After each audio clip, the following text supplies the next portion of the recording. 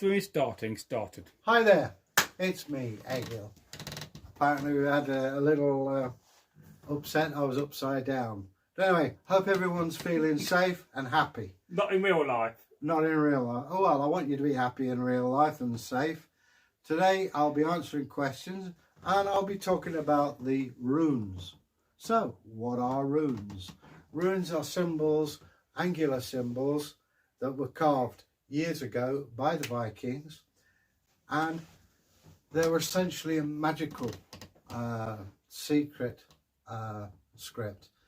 In fact, the word rune means whispered secret. Later on, each rune has a letter, and it's called a Futhark. What's a Futhark? Well, we talk today about alphabets. A Futhark is the rune stream, and it's always spells the word Futhark. Like you have A, B, C. These are a Futhark. That's what the word spells. Unless, of course, you're an Anglo-Saxon or Northumbrian, when it spells Futhark. And that's just linguistic differences, which we'll cover later. And what were they made out of? Well, you've got to bear in mind they didn't have paper. Parchment was for the very wealthy, and they were meant to be carved in wood, stone, bone, so straight lines are far easier to do. Now Braggy's given me a tablet. That's my arm. Sorry? Point out that was my arm on camera. Oh, that was his arm. Okay, and Andre says, yay, Egil Thorsson in the house. You betcha, baby. And as I say, if you have any questions, please let us know. We'll try and answer them. I'm not the fount of all knowledge, but not far off. So, we're talking about runes at the moment. And, you know, they were made out of all kinds of organic material. Another thing they use runes for are called merchant tags. And they look like tent pegs, and they had the name of the merchant on, and they were stuck in bales. I just had a stick thrown at me. And Celtic God, hi there.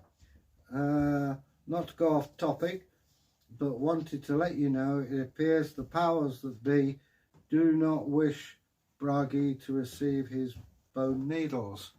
I sent him an email to his email address. All right. This sounds like a Bragi question. Maybe we're not that bad at sending bone material. Take him out address. Okay, well, I think if you contact Bragi on that one, I have no idea. The day I got the address, this again is Celtic God, the day I got the address, masks became a requirement, and my stubborn self refuses to wear one. And Celtic God says again, continue with the lesson. Yeah, I know what you mean about masks. Just to digress a while, I see them around town in Derby, and they wear them around the chin, which is basically pointless. Okay, so we've covered the what is a runecaster? Well, a runecaster is somebody, male or female, who actually throws the runes or casts them. The traditional way Tacitus speaks about is they have a white sheet, cut fruit wood and carve glyphs and throw them. That's one way of it. The way I was taught, you have a bag and a cloth, you shake them up, put them all face down, swirl them clockwise for positive, negative, will I lose or whatever, anti-clockwise. You do 3 and you interpret them, or you do 3 twos. Again, there's various casts, and you interpret them thus wise. I've got another message here. This is from Andre Lefay saying, Celtic God, I'm glad I'm not the only one refusing to wear a face nappy. Well, that's up to the individuals. I'm not going to say one way or the other, because I'll upset one side or the other, and whatever. All I could say is please stay safe. These are dangerous times, you know, and it doesn't differentiate to who you are or what you are. You're in danger of catching it. Okay, now then, Oh, we got a big star on that one, I think. Oh, how to cast the runes, I read that. Read comments. Okay, I'm reading comments. See, we're all bound by rules and regulations. Bragi rules with a rule of iron. It's quite terrifying at times. Put a sword, Egil. Oh yeah, he's just said he's going to rule me with a sword. Ooh, matron. And an axe. And an axe. Oh well. I'll just send Olaf. It's nice, isn't it, eh? What a world we live in. Any comments we have? Okay, so I'll move on because that's the nature of the beast. Egil explains each rune, all 24. Good grief. Hope you've got a lot of time. Okay. The runes are in that rune bag, by the way. Sorry? The brown one is your Elder Futhark. I was going to use these actually. Yeah. Okay, because it's clearer. I'm going to stand up. Let me adjust the camera. Oh, here we go. We was not prepared for you to be standing. Well, I think it was on the cards.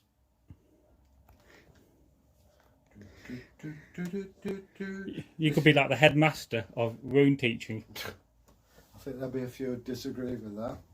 Okay, here we have, this is called the Elder Futhark because, guess why? Because it's the oldest one that we know of at the moment that is an organised Futhark. It's about the 6th century.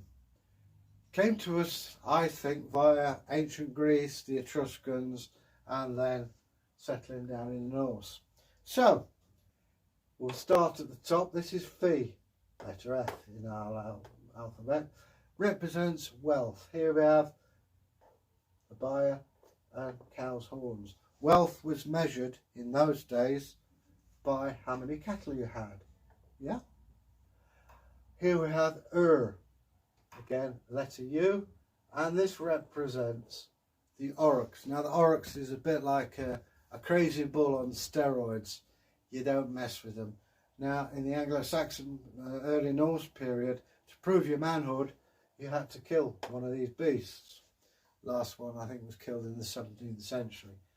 But if you think of the big Spanish bulls you see in the bullfighting, double it and you got something of a small oryx. Thorn, that's the TH sound. It represents, not unsurprisingly, a thorn.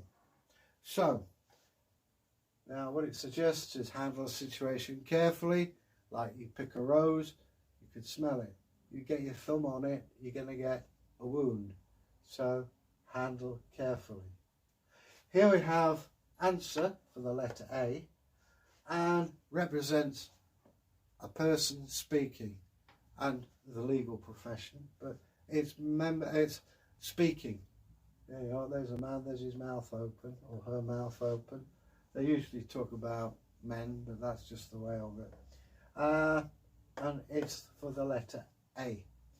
Interesting one, this. This is R, as we use today. It's rad, representing a journey. But what I find interesting is this, is a cotter pin that you imagine the axle, put the wheel on, it's got a hole, and you put this pin through to stop your wheel falling off. And that's what that is. Ken. This is 2 letters, K and C. And if you imagine this as a torch, and this is the smoke or flame coming off it, and represents enlightenment. Suddenly things are open to you, you can see clearly, clear of mind. It's got this as Q, it's not Q, it's actually letter G. This is Gefu. When you write to your girlfriend, boyfriend, husband, whatever, you sign it at the bottom. And this is a gift. There we go.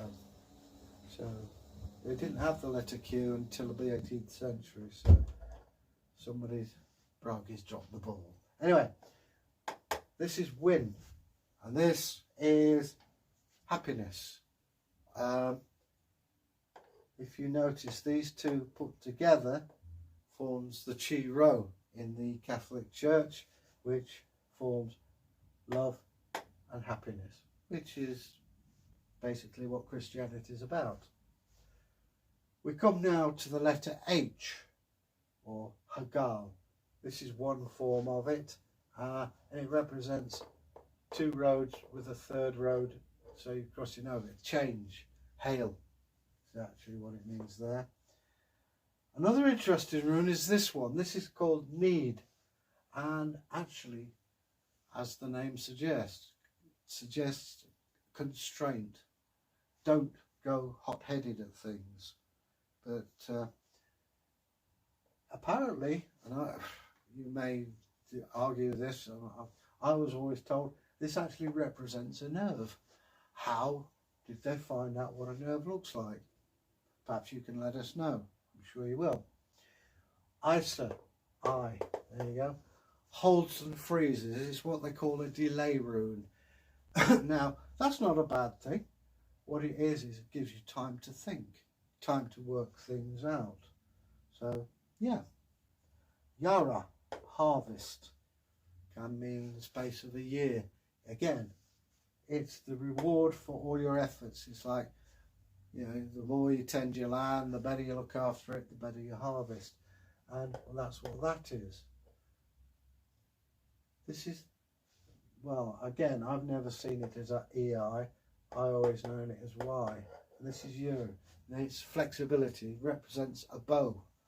When you pull a bow, it goes out of shape, you release it, to release the arrow, it snaps back. And this is what it represents, is a situation that will snap back. Things that could be good or could be bad, depending on what the situation was. But basically saying, watch out and learn from it. This is fourth, letter P, and it's representing a dice cup. And a dice cup, imagine that there. And it's again, the ancient Greeks would put stones in their cast lots or coins or whatever. And from there, this is the letter Z, Elwa.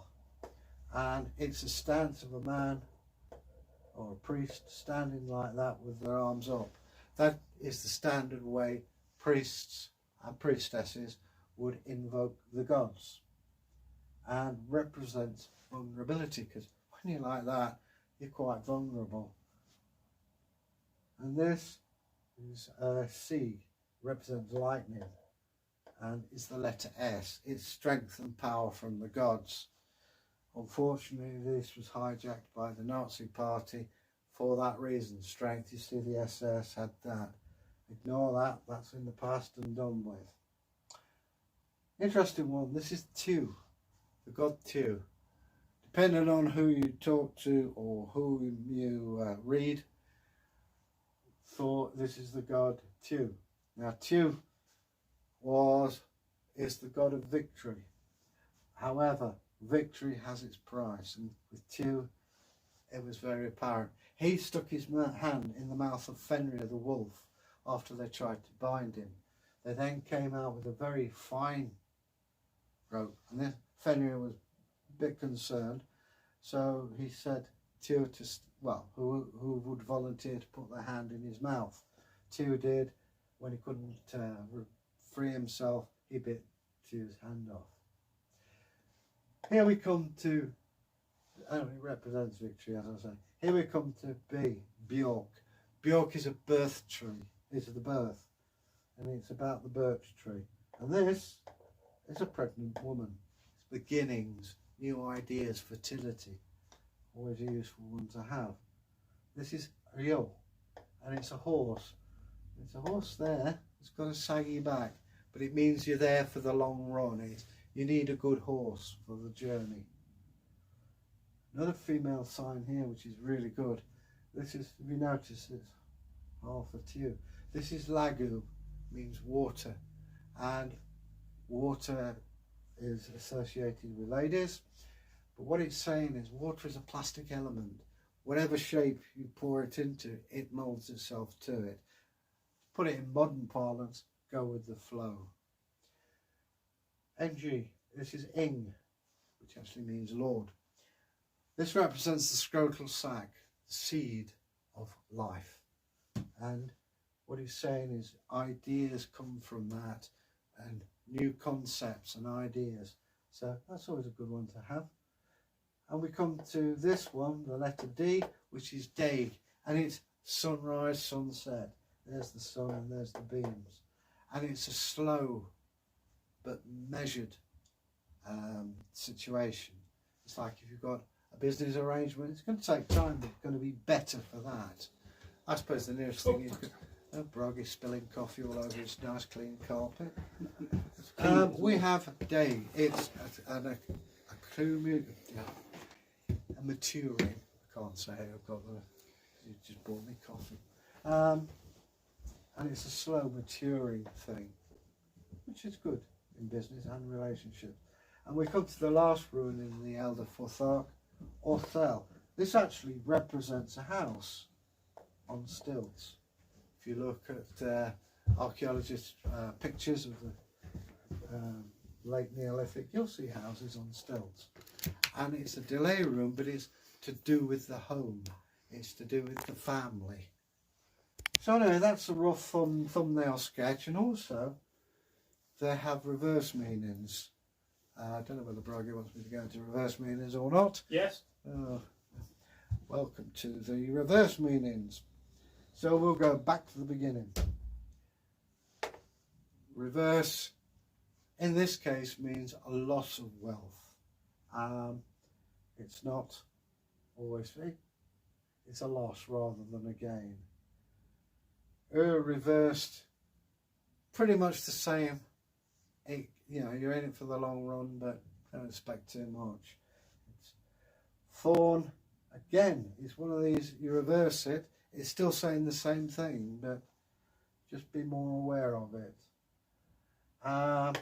This one's interesting, as we say, is answer. Someone's trying to mislead you, and they're doing it deliberately, so be on your guard. Yeah?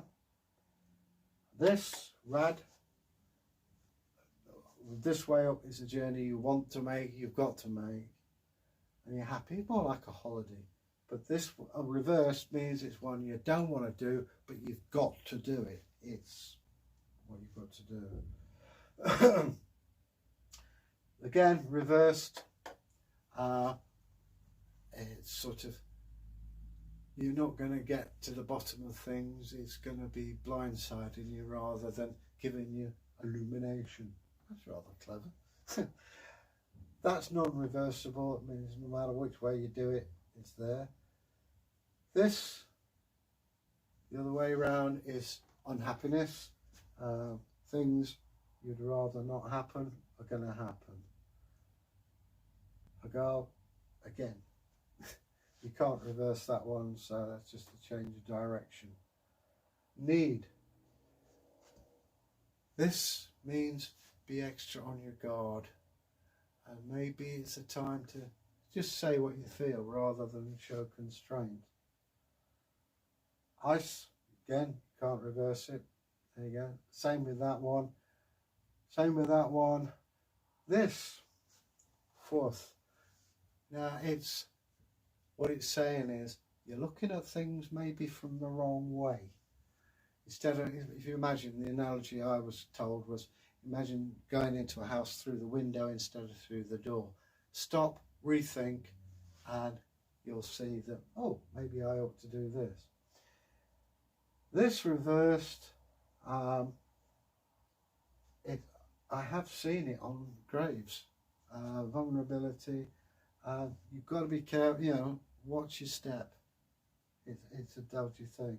Again, this one can't be reversed. This one means to reverse means what you're not going to succeed. Maybe it's time to not enter into that particular discussion. Just keep out of it, or if there's a battle to be fought, maybe you give that one a miss. This reverse can betoken illness. The seriousness of it depends on the other runes there, but you know, watch your health. This reversed means pretty much the same. It's a long haul, but perhaps a bit longer than you think. Man, I don't think we did this one. It's two people talking. It means friendship. using the friend network. If it's reversed, it means you're not alone, but you've got to ask people. You've got to get out there and be known. Legu, if it's a man, it means basically look to your feminine side, yeah. And on the women's side is, yeah, keep out of it. It's not worth your hassle. Non-reversible, non-reversible. This is a big delay. It's Othel, means it's a big delay. Maybe it's not worth the wait, but these are thumbnail sketches, and as I say, I'm sure people will actually have their own views, and there's nothing wrong with that. Once said to me that you know, you get 10 runecasters, you get 10 different interpretations. It's what appeals to you or what comes into your mind. I'm just going to go and have a look at this again. I've got to stand up till Braggy comes back. Each rune, rune. Any comments? No. We'll carry on. Runecast.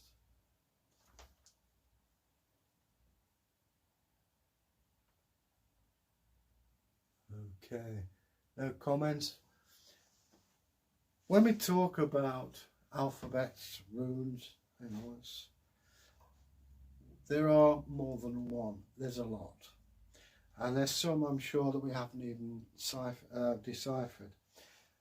This is the one I use. It's the Elder Futhark. The next to come along was the younger Futhark. We then have the Northumbrian Futhark, which I'll be honest, I need to read up on. That has 33 runes. Traditionally they have 24, you go down to 16. However, in the 30s, there was a need, and some runecasters don't use it, and that's the blank rune, or weird. And that represents that which is outside the physical laws of physics. Some people interpret it as karma, or you know, payback, what you get out, you come back with.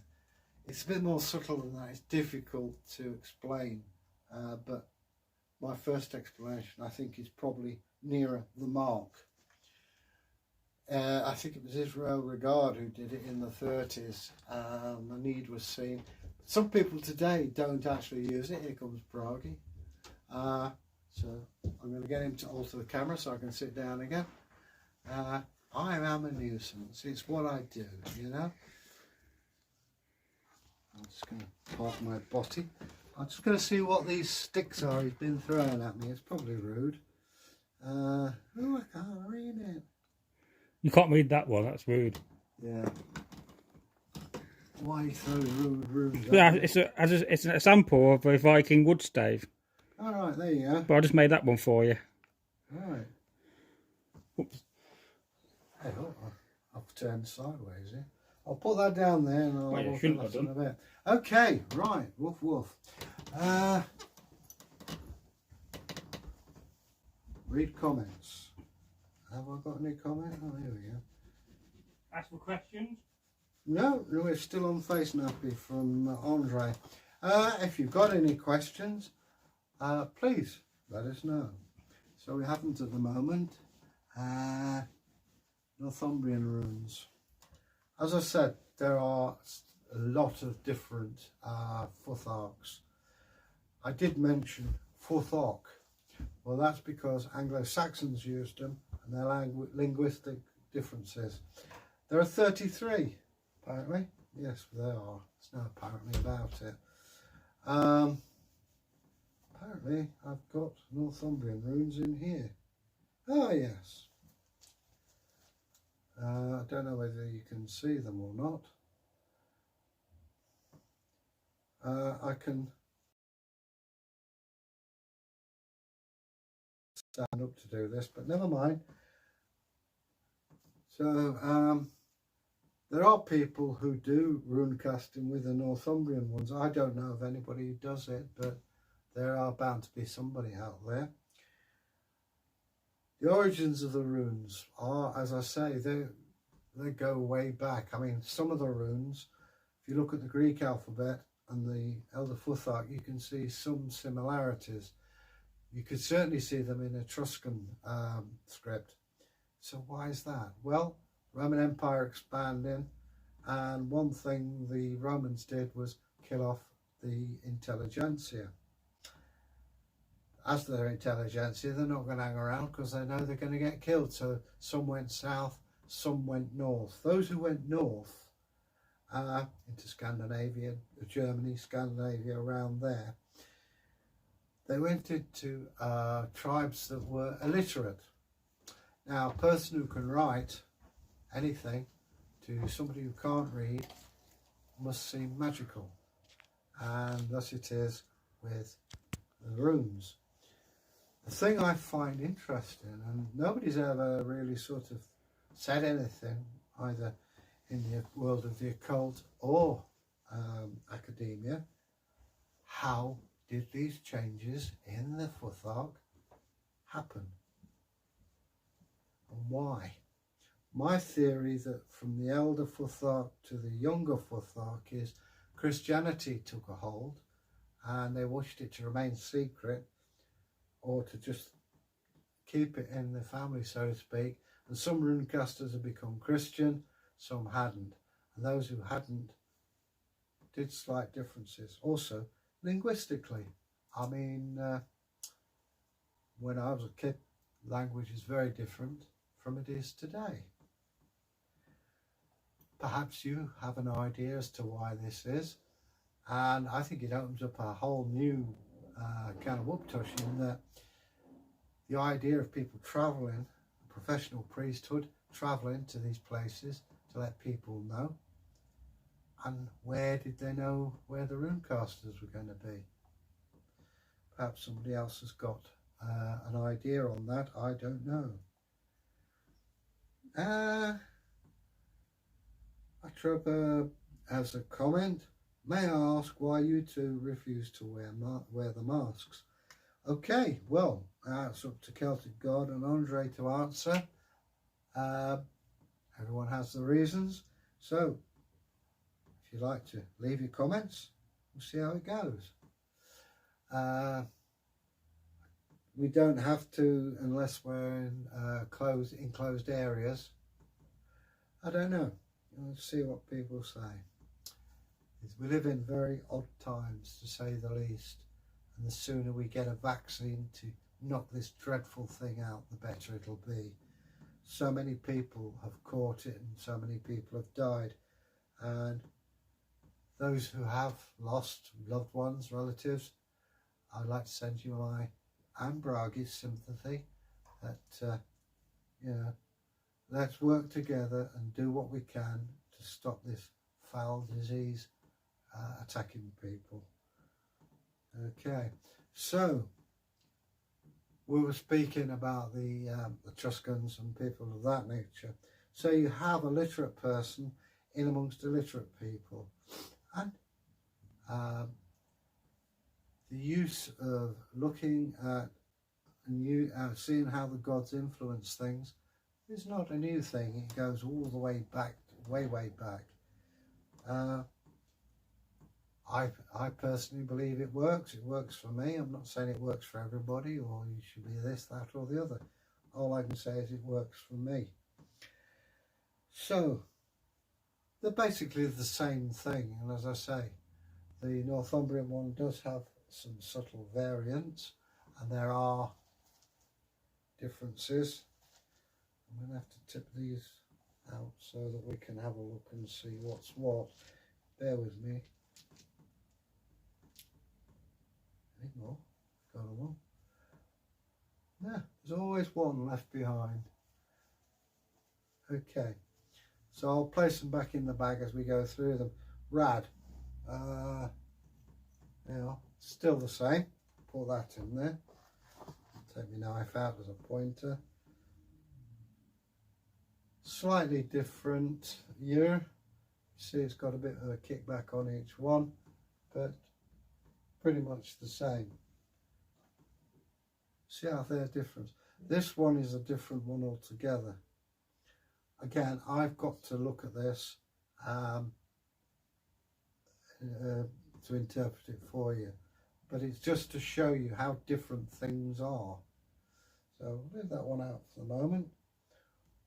Bjork, the same. What have we got here? Dag, the same again. That's that one.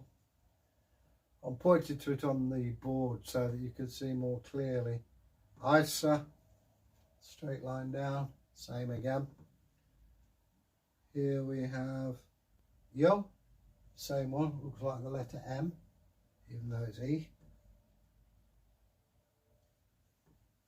And sorry, Fi, there at the top, again the same. This one I know is as calc. It represents stone, so I'll put that there. Hagal, it's got 2 bars now. It has been said, I read it somewhere, that it's supposed to be southern Germany where they put 2 bars on it, but it's essentially the same thing. So we'll put that back in the pouch. Tew, good old Tew, there you go at the top, same again, so we'll put him in the bag. This is an interesting variation. This is Ing. You notice the diamond shape. This is that's a more neater shape, but this one again is another variant of the same thing. Need, the same. There you go, up there. Oh, some of these I'll be honest with you, I don't know what they're called. I've got to look them up. This is Thorn. Same meaning up there. Yo, protection. There you go. Oh, got 2 of them. Ah, we should only have 1. Never mind. I'll point that out to Bragi.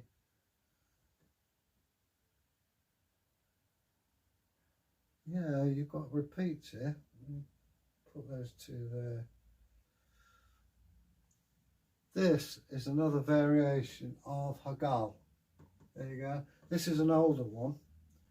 It's a cross with a straight bar through it. Now, if you cut an apple across, you'll get the same thing. It's an interesting little variant. Some people prefer to use the older variants than that. We've got repeats in here, Bragi. Oh.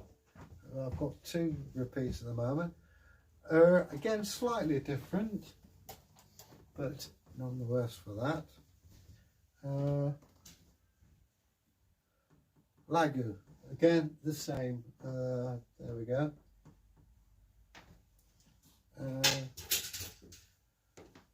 Now, this is a slight variation. This, I'm actually saying, honestly, if I don't know, I'll... Well, you're still looking into the Northumbrian runes, aren't you? Yeah. Again, I'll put that one down there. Again, it's a bit of homework for Egil. Here we have, again, 4th, the dice cup, which is there. Another one, I've got to search that one out. Again, another variant, I've got to search that one out.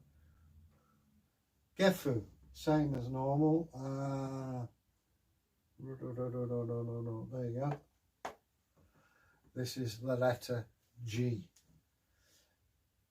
Actual fact, a little clue for you is the name.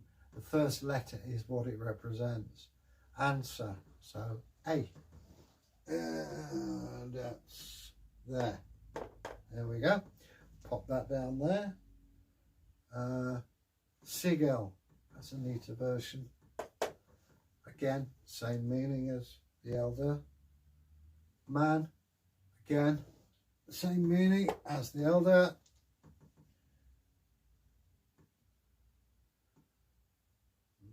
That represents fire stick. It's basically the letter Q with a kickback up on both sides.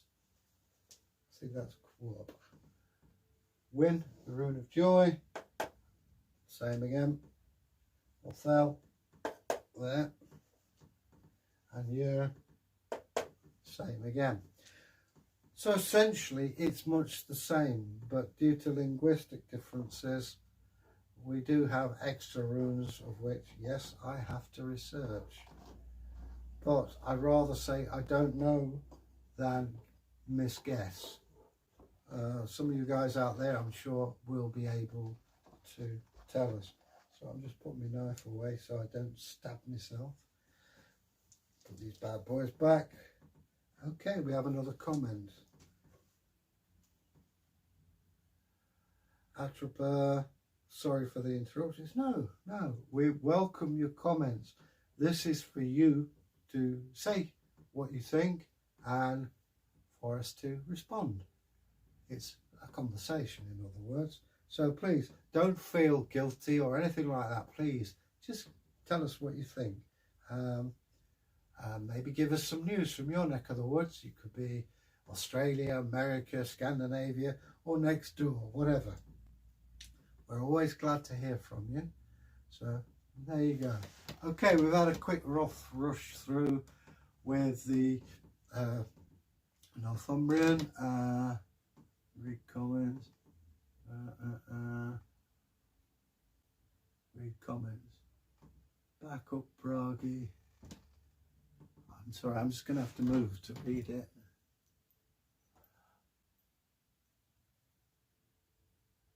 Okay, well, I don't know whether Bragi is going to make an appearance or not, so we'll have a look. We'll move on to Viking versus Anglo-Saxon Rules.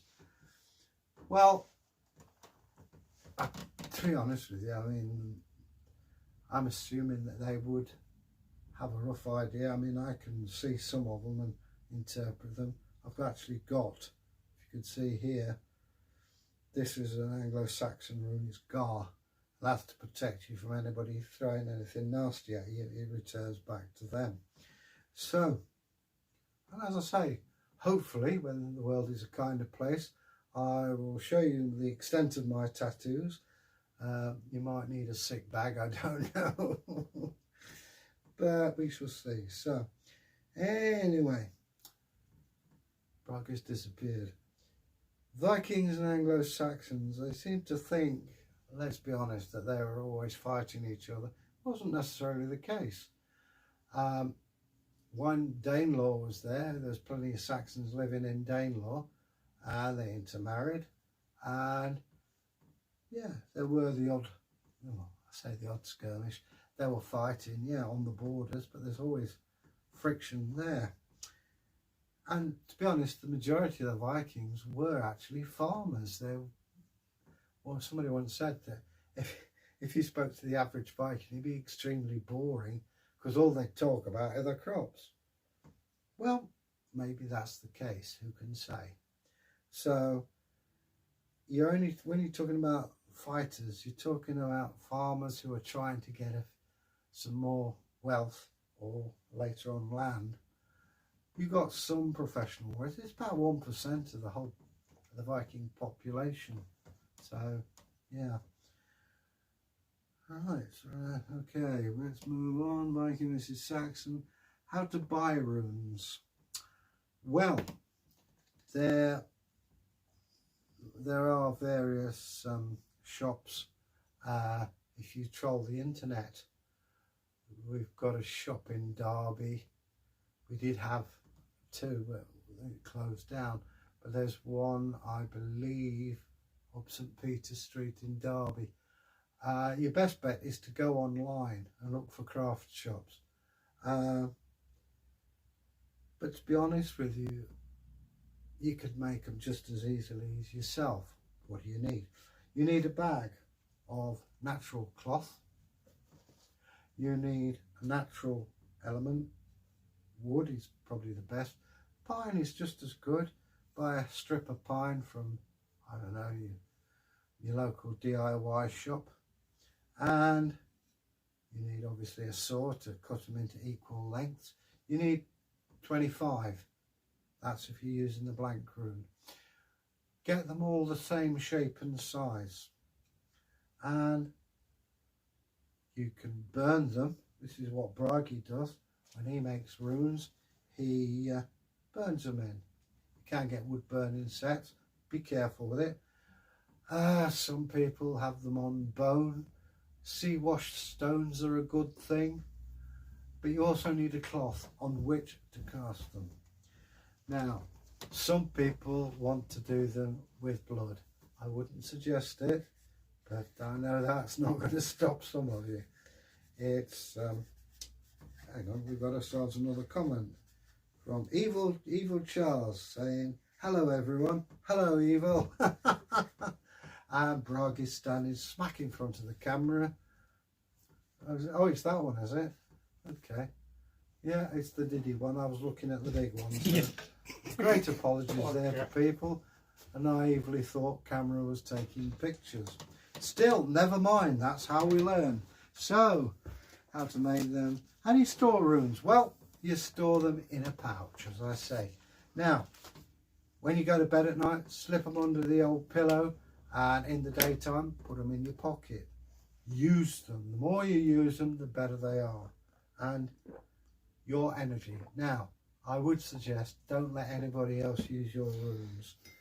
I just realised I've got a cup of coffee over there that I've ignored, and brought to you now by the elegance of Bragi. Oh, let the camera see you, baby. I'm in modern clothes. He's in modern clothes. Well, I'm sure people realise that you do have modern clothes. It's not often you see a man in a fur-lined bikini, but, you know, what can I say? Well, you know, how you walk here is up to you. I don't know. That's most refreshing. Is that going to fall off? Nah. There's a table there. There's what? Oh, yes, he's right. You can be civilised. Well, I won't go that far. Okay, and if you store them like that, common rune casting mistakes. Well, oh, your rune sticks there. Thank you. People, some people treat it as a game, and if you disrespect the gods, are you gonna? It's like going to somebody, being rude to them, and wondering why they don't want to talk to you. At best, they'll leave you alone. At worst, we don't even want to go there. So that's one mistake. I had a friend who got a set of runes and a book, wanted to learn it, and was coming out with some unpleasant comments when they came out, and wondered why, of course, he didn't get any results. Some people also, and I can't emphasize this enough, are just not suited to it. A friend of mine, I've advised take up stamp collecting or something else, but don't go near the runes. It's not because I'm being elitist, it's because if you're not suited to it, it could cause problems. Not for you, but for those around you. You've got to think of that. This is the point. Think of other people. You're not there to be the fastest one in the West to annoy people or hurt them. If you're thinking that, then you shouldn't be doing it. You're there to help people, give them idea or whatever, and make the world a better place. So that's one thing. Another thing is that you'll find some people, the casting cloth is all got pretty symbols and things like that. My advice is don't have it plain. White is useful, just for one colour and of a natural material. If you have in nylon, you're introducing imbalance. So have a nice clean white cloth. Do you know what I use? A handkerchief. You go to a pot. Hang on, I've got another message coming through here. It's all happening down here, folks. What? The blank rune. Yes, we mentioned this. We've already mentioned it. But so let me just file that. So, as I was saying, it's not a game. It's not a toy. And people say, "Well, I've tried it and it doesn't work." Picture the most famous, the fanciest television set you've got. It's big, wide-angle television screen, slightly curved. You name it, it's got it. But you haven't got any electricity. What have you got? Well, what you've got is a big paperweight. Hey, look, I've just got Anglo-Saxon Rules thrust at me. Ooh, matron. So, you know, you've got to believe in what you do. I mean, it's like, if you want to use an analogy, it's like going to church in a Christian church and praying and not believing and wondering why prayers don't work. You've got to believe in that particular faith. You cannot expect a God or whatever to do anything for you if you don't do anything for them. If you don't believe in it, why should I do anything? And it's as simple as that. So, you know, that's another thing that happens. I have to be honest, if you're doing the runes, you can't really sort of be, well, this is difficult because a late friend of mine, she was fundamentally a Christian, but she would do the runes. But I'm drawn to actually a Christian coat. There's Bragi in his underpants. I'm drawn to what she's Bible quote, a man cannot serve two masters. And I think you're doing disservice if you do. You know, you want to be a Christian, be a Christian. You want to be a pagan, be a pagan. It's difficult to tread both ways. I'm sure that there are people who will disagree with me, but that is your prerogative. So there we have the runes. I've actually, there's a book over there. I'm just going to have a leap across. Forgive my blurry movement. Tell you what, with sticks and bits unknown. It is a book on Anglo-Saxon Rules by John Kemble. I'm not familiar with it myself. It's printed by Anglo-Saxon Books, and there's an ISBN number. Those of you who are interested, if you've got a pen and pencil paper ready, it is ISBN 0951 620-916. And as I say, it's printed by Anglo-Saxon Books. So if you're interested in that, that will be helpful. I'll be honest, I haven't read it. I have a feeling I will be. So let's put that down there for the moment. Bragi's in his startling blue trousers. By the way, he wears boxer shorts, for those of you who are interested. They were candy striped ones. I prefer a demi-pant myself. What is a demi-pant? Well, instead of the old budgie smugglers, it's a cross between them and boxers. They're close-fitting. They're what a gentleman needs. A pant for all season. Here's a question then for you. Okay. Now you got into this subject. Did Vikings wear pants? Underwear is an interesting thing. We know that the Romans did. They, from the dig up at Hadrian's Wall, when they talk about subligare, which is underwear. Now the Vikings, some did, some didn't. To quote Blackadder, some would tackle out. The front of the trousers had like a U shape for the gentleman's accoutrement, and they were covered over by the long skirta and shirta. Some wore cloths. Underpants, underwear in general is quite a modern thing, really. I mean, women underwear didn't come standard till about 1860, and even then they were split, to say the least, without going into too much detail. I think there's two accounts in the Sagas about them wearing underwear. Bear in mind the Sagas are 12th century. Well, maybe so. It's possible. I mean, if I were a Viking, I think I'd want something there to give one support. Why would you not have? You've got an under tunic. Yeah. Like a vest. Why would you not have an under breeches? Well, also, I mean, given the life, I mean, you know, yes, possibly. I think it's a case of personal preference. Some did, some didn't. I know that some trousers apparently did have, how can I put it? Yeah, like I say, a horseshoe in the front, and modesty was covered up by the tunic and underskirt. It's usually a question that's asked a lot in schools, that and where did they go to the lavatory? It's quite a natural question. Viking lavatories. The beautiful example is in the Jorvik Viking Centre in England, in York. We have found excavations. I mean, everybody's got to go. I mean, let's be honest. Basically, if you imagine a pit with a plank with a hole in it and a wicker thing around it, and you haven't got the usual lavatory paper, so you're using sphagnum moss.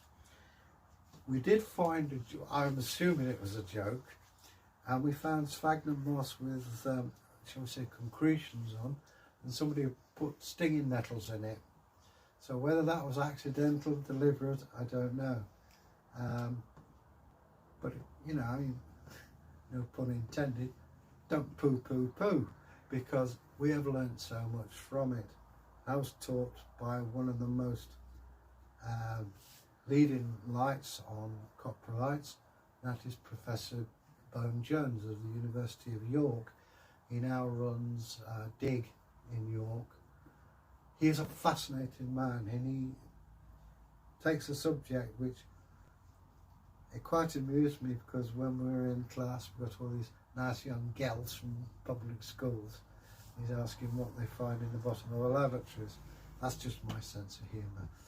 But we learnt a lot. That's how we learn about the parasites and various things. I have digressed. We've got the image there, thanks to you, Brad Pitt in an outhouse. Yeah. Well, lav pit, as you like to be known. Thunderbox, my dad called it. They're extremely useful places to dig. I mean, we dug one in York. It was 14 feet down, but we found a knife handle with ringerica style. I don't know if you can see that. That's ringerica, very rare. We found what we call the Dark Age Filofax, which is a series of wax tablets in wooden frames with poetry in it, and also several rings. Because let's face it, you've got to be a brave person to go 15 foot down to grab the ring. So there we go. We've moved on from that. How did the church view runes and runecasters? Interesting. Originally, it was part of everyday life. If you imagine Christianity and paganism rubbed together, and they were learning from each other. Eventually, Christianity got the ascendancy. The Synod of Whitby, I believe 614, outlawed rune casting. Still carried on, and in Iceland, in about the 15th century, it was illegal, punishable by death for anybody doing the runes. However, in the 19th century, there was an advert in the Icelandic papers for a curate, and one of the curate qualifications he had was he had to read runes and be able to read them. Happily today, this is all in the past. The runes themselves were given a disfavour when the Nazis used a Futhark created in 1902 by Guido von List, but we still have hangovers from that. In fact, the two major runecasters were imprisoned in Auschwitz. One died, the other was so traumatised he didn't do the runes again in his lifetime. And this is the problem. I mean, the sad irony is, you know, Hitler talked about Aryans and Vikings and that. The Russians, whom he despised, were actually more Viking than they were, but, you know, that's a poison chalice. I've now got a comment from Celtic God. Is reading runes, casting runes the same thing in the context of the Advent? Is it Advent? Advert. Casting runes is a way of, to me, I can only speak for me, I can sort problems out, my own personal problems. I can forecast trends in the future. And the great thing about the runes, if you don't want that to happen, then don't follow the advice they give you. If you do want it, follow the advice. And I do find that for me, it works. I mean, I've been doing it, 40 odd years. If I thought it was a waste of time, I would have stopped many moons ago. I've always felt, for me, that the runes and maybe just feel right. Doesn't feel right for everybody, as is my belief. I'm a member of the Odinic Fellowship, which, you know, is, to me,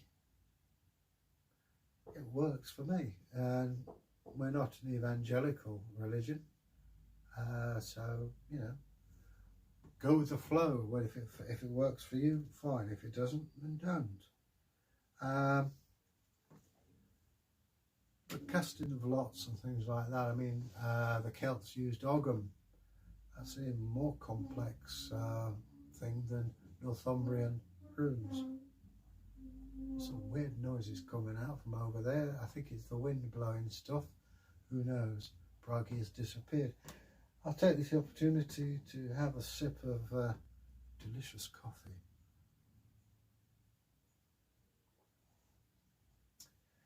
But runes mean different things for different people. I find them a great use and comfort. I do read runes for people. Like I say, if you don't believe in it, it ain't going to work. So, you know, as I say, horses for courses.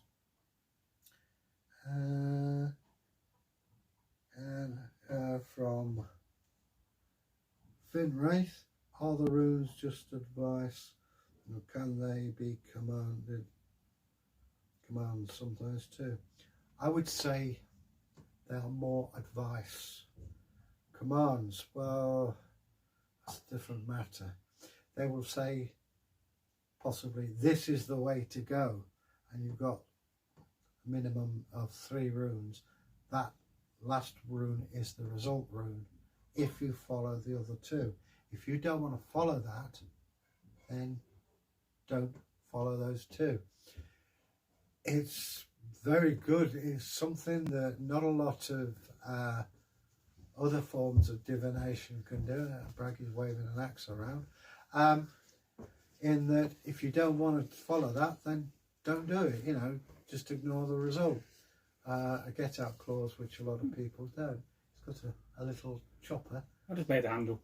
Yeah, I think that is more like for ships, for that woodworking. I bought another one of them last night.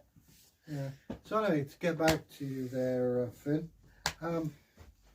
Yeah, and to be honest with you, gods can come on, but it's up to you whether you obey them or not. I mean, sometimes they'll throw you a curveball because they can.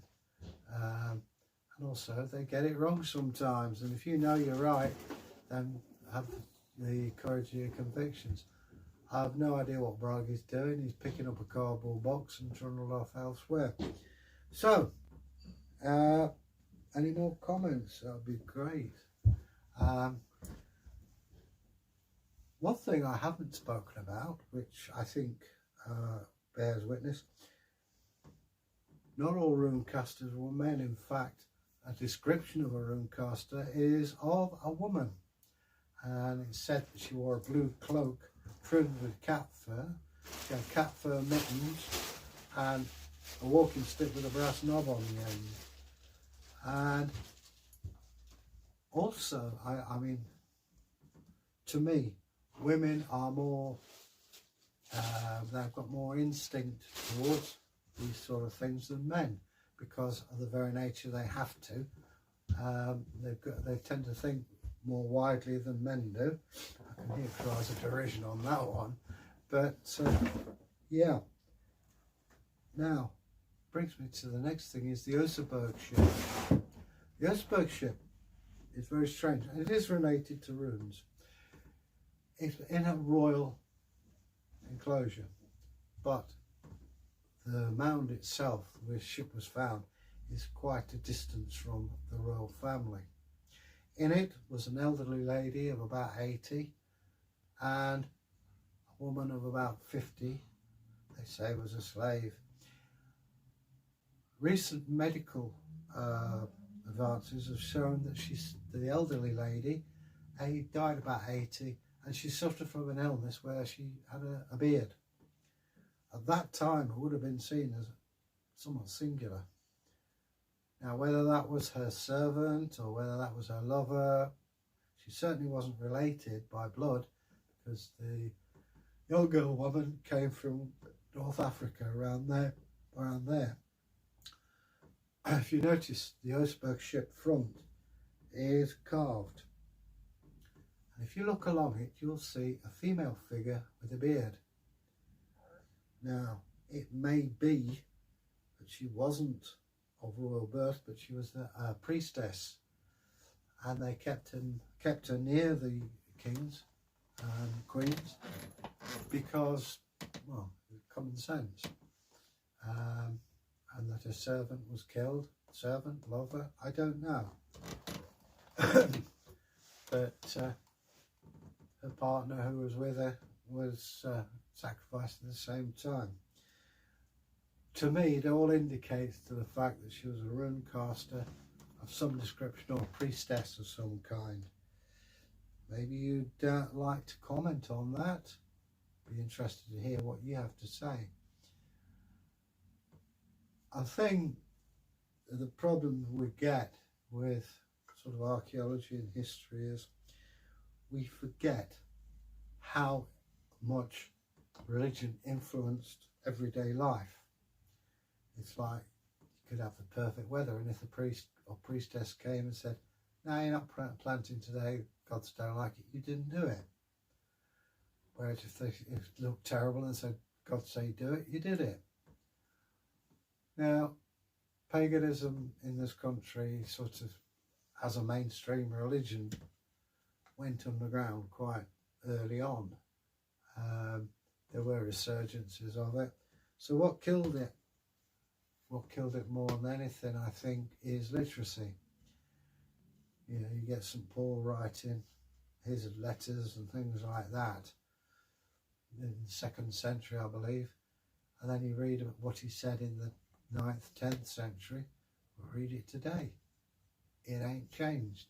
Words that stand still, and you can have a credo or a system of belief. Now then, we have another comment from Finn. Are the runes just advice, or can there be commands? Yeah, they are. I think I read that one out before. Yeah, they are more advice. It's up to you whether you take it or not. But as I say, I mean, getting back to what I was saying before, religion, it's a personal thing. Yes, you can officially say, you know, you read in the Anglo-Saxon Chronicles, for those of you who do, and they became Christian. That meant that the king was Christian, or the ruler. Doesn't mean to say they were. It means that they just got another god. And the people underneath may well go to church on Sunday, but they will be planting the last corn, making the last stalks of corn into corn dollies. People do that today, and there's a big resurgence or big admittance of paganism. It's not the same because we don't know. Hang on. I prefer to call it neo-paganism because every house, the father was the priest, and they worship the same gods but in a different way. Today, you can say the earliest of the sort of neo-paganism was 1930s, Alexander and his Wicca, which is a mixture of all types of religion. Yeah, such exponent. I mean, you've got the Golden Age, the Golden Dawn, you know, which set a lot of foundations out, and that was while paganism was illegal, technically. Yeah. Witchcraft Act was repealed in 1953, Bragi? Yeah. Well, round about that. Round about then. In fact, the last witch to be in prison was in 1944. And that was because she kept coming out with words like overlord and mulberry, whether it's real or not, but she was put in prison for a year, from which she never survived. Even today, you've got to be careful what you say and where you go. I mean, you will not see shops advertised as occult shops. Why is that?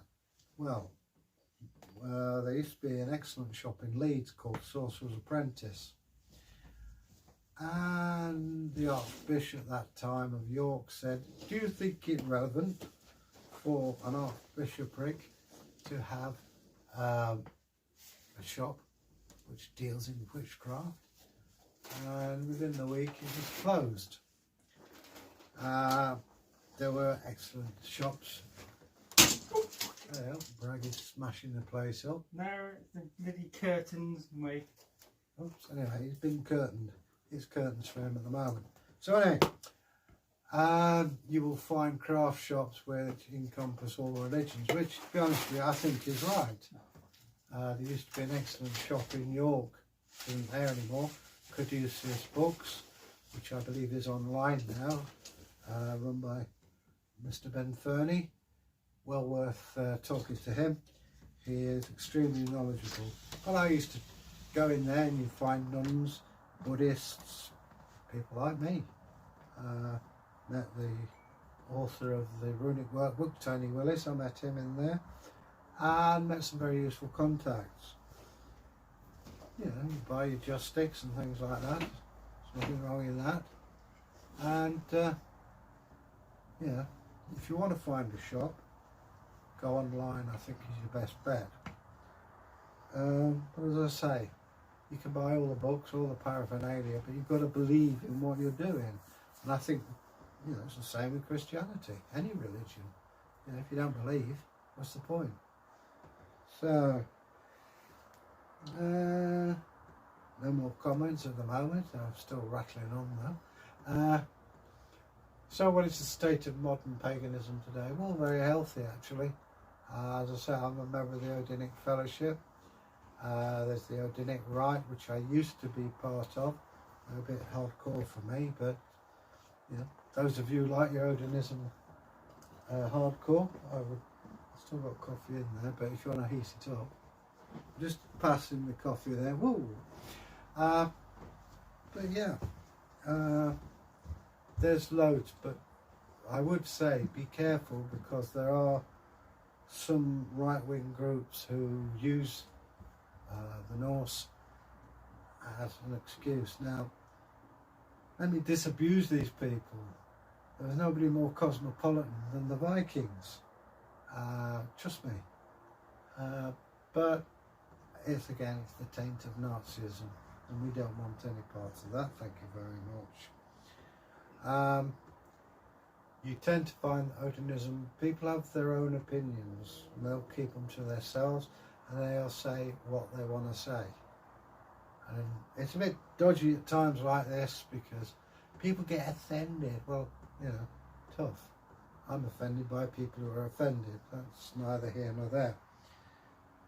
Hang on. Celtic God. Thank you, Braggy, for the warm coffee. Yeah, he's just down now in the kitchen. He's left me alone again. He's getting dressed up. Hang on, we've got another one, is it? Nope, it's a hashtag for something else. So, yeah, you see here, I've got this rune stick. It needs a lot more carving yet, but it's a bit of fun. You know what I mean? I won't do it on camera because I tend to use bad language and we don't want that. We don't want to be taken off. But as I say, here at the moment the weather is fine. It's a bit of a double-edged sword. Yes, it's nice, but you've got to walk, and every man Jack and his dog are out at the moment, and we're trying to keep that 2 meters apart. Don't take it lightly, people. COVID-19 is a great killer. It's something that I've never had to deal with, and I hope we never have to deal with it again. May the gods hope that we get ourselves an effective vaccine, so that we can look back on this. My own personal feeling is, yes, we'll get through it and everything else, and people will have learned nothing. But I'm just an old cynic, I guess. But please, bear it in mind in what you do. Be safe, because it doesn't care who you are. It doesn't matter what race you are, or what age, whether you're young or old, black or white. It'll get you if it wants you. Things are slackening off in England here.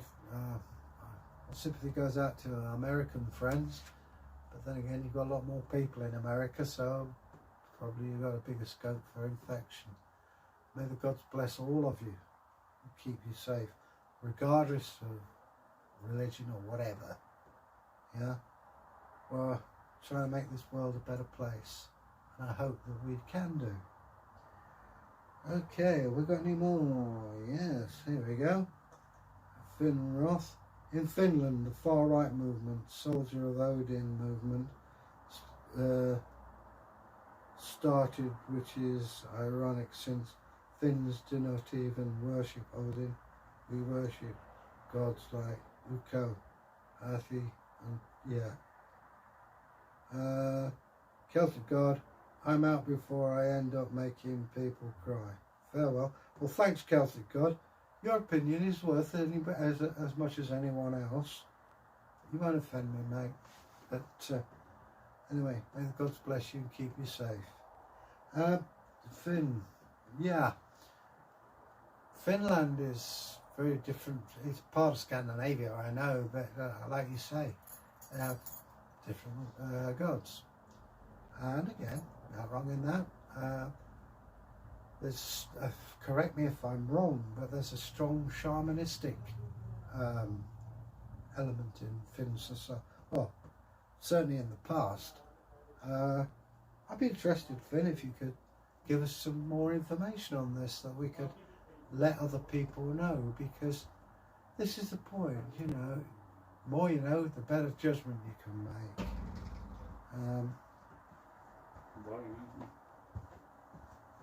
Celtic gods signed off. I think there's, yeah, as I said to him, yeah, his opinion's worth as much as anyone else. Okay, Brog is bringing in the coffee. Oh, hang on, I've got the reach on that. I don't know. I bet you... It's called exercise. It's hot. Cheers. Yeah, I found that one out. I bet Brad Pitt gets his handed on a silver tray. But, what, his runes? No, his coffee. Oh. Okay. So, Brady just closing the window.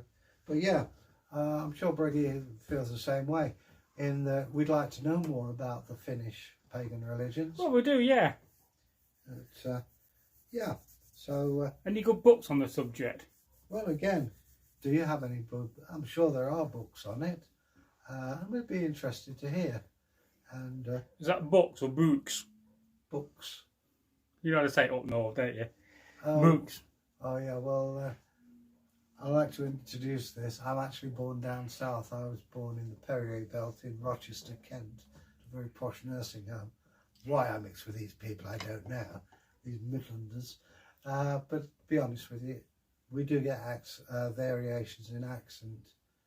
Yeah. How did you get into runes, Egil? Talk about that. Very odd, really. I was into history, archaeology, when I worked in a factory, and there was a book club, and my mum asked me, what do you want for your birthday? And I looked and I saw a book on runes, and I thought it was just how to interpret them as to reading what it said. And I said, I'll have those please. And I got Ralph Bloom's Book of Runes, and what an eye-opener it was. And then I saw, and it's a book that changed my life, which was Tony Willis's Rune workbook. And I can honestly say it's a book that changed my life. I followed the course, and I went to York as a student in 1987. And as I mentioned, Caduceus books, I was talking to Ben about the runic workbook. He said, oh, Tony's down there. And I met Tony Willis, and shall we say my life changed quite considerably. I hadn't seen Tony for a long time. Hi, if you're watching. Our ways parted, and but I did a course on runes, which I am eternally grateful for, and I learned a lot. I've just got a reply from Finroth. I cannot give information right now. I did buy books on Finnish paganism, but have not got around to reading it yet. I know where you're coming from. There are books, but I'm not sure have they been translated into English. I think most people who are into books will say, I've got loads of books, but I haven't read them yet. I've got books I bought when I was 15 I've not read yet. Guilty. And Prague is the same. It's called having a library and passing times. I also find that I've had books that I've read 3 or 4 times. My favourite book, fiction book, is Confederacy of Dunces by J. Kennedy Toole.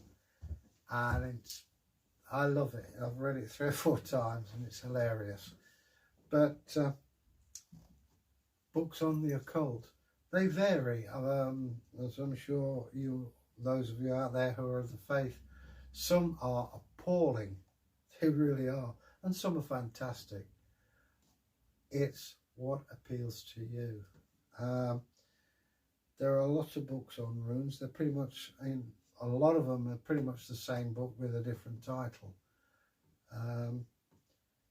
There are a lot of translations from books now. I know that Egil Thorsson, he translated quite a few books. There are a lot of books out there that need translating, so those of you who can, please translate them. I'm going to have a drink of coffee. It's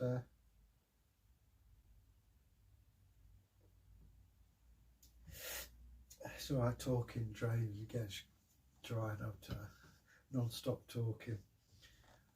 So, you know, I mean, the state of things today, I think people need something to believe in. It doesn't matter what, really, in that you've got to believe in something more powerful than yourself. A yardstick to measure yourself by. And it doesn't matter what religion you are, as long as you've got one. And this is where I think, you know, you may agree or disagree, we have a scant few role models today, and due to, I don't know, time or thought, church, the religions themselves have sort of taken second place, and younger generation, I'm sounding ancient here, are looking for something to measure themselves, and it's pop stars. You know, whether you're rappers or, you know, rock and rollers or whatever. And I do feel that in years to come, archaeologists will think that we worshipped a god called Elvis. Some people do, I don't know. But, you know, or Beyonce or people like that.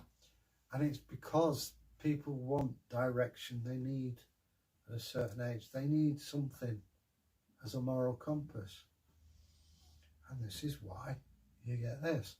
And I don't know, you know, you can't force religion on people, that's the thing.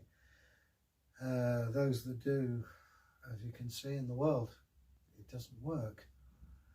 But, hey, fortunately that's not my problem. And Bragg is coming back in again. Oh no, he's going out again. He's fiddling with something. It's called a battery charger, Egil. Oh, he's doing it, he's charging a battery. With what, I don't know. A battery charger? Yeah. Yeah. Well, I was using it as a pun charge. Grievous bodily harm. Yeah. Anyway, so have we got any more comments? Yeah. Another one from Finn. I had books and audio books on Norse beliefs and Vikings for years, and only started reading them about 6 months ago. Yeah, I know where you're coming from. I mean, I've been reading books and some of the Viking names and things like that. The one I was reading was, it's an elder, quite getting on now, Northern Religion, written by Terval Petrie. And it's wandering more than I am today, in that, you know, they try and trace the gods way back and they've got names, and in the end you think, well, it was a challenge to finish it. I have read it before, but it had some useful bits in it as well. But audiobooks, yeah, I think that's a pretty good way to go, you know. I remember I've had on the old cassettes, you know, I used to sometimes get library books. I remember one was William Shatner and Leonard Nimoy reading science fiction. I'm not a science fiction buff, but found them very interesting. You might need to explain what cassettes are to some people. Oh yeah, you probably heard the voice off camera there, the silent majority, telling me. Well, it's magnetic tape formed into a cassette, which recorded and played various stories. And then it came the CD, which I believe now is old hat. I mean, I can't see what was wrong with these cassettes. They're all right until the tape got ravelled up and you had to pencil and spent hours reeling it back. It's a self-contained unit. I was going to say it's like the video cassette, but a lot of you probably don't know what they are. You can explain that now. They're similar to the audio cassette, only it's got tape that shows pictures and you can record programs. Again, CDs took over, now it's some computer nonsense. DVDs? DVDs, yeah, they're good. I've got a lot of them. Egil's Guide to Tech. Yeah. Okay, so anyway, all that came from audio books. So thanks, Finn. I wish Celtic God had come back. I don't want to think we've upset him, but... Oh, what you said to him? Oh, I don't know. I've been talking and saying a lot. We're talking about the runes and fascism. Ah. But anyway, each to their own. So, anyway, moving along. So, State of Modern Paganism today, there are several magazines, and I believe, is it Celtic God who's got a music magazine? I think he's working on a magazine thing. Well, if you're watching, listening... Why don't you write in my article? Thanks for that. I'll just put my gentleman vegetables on a block and you can whack them with a hammer. Yeah, all right, I can do that.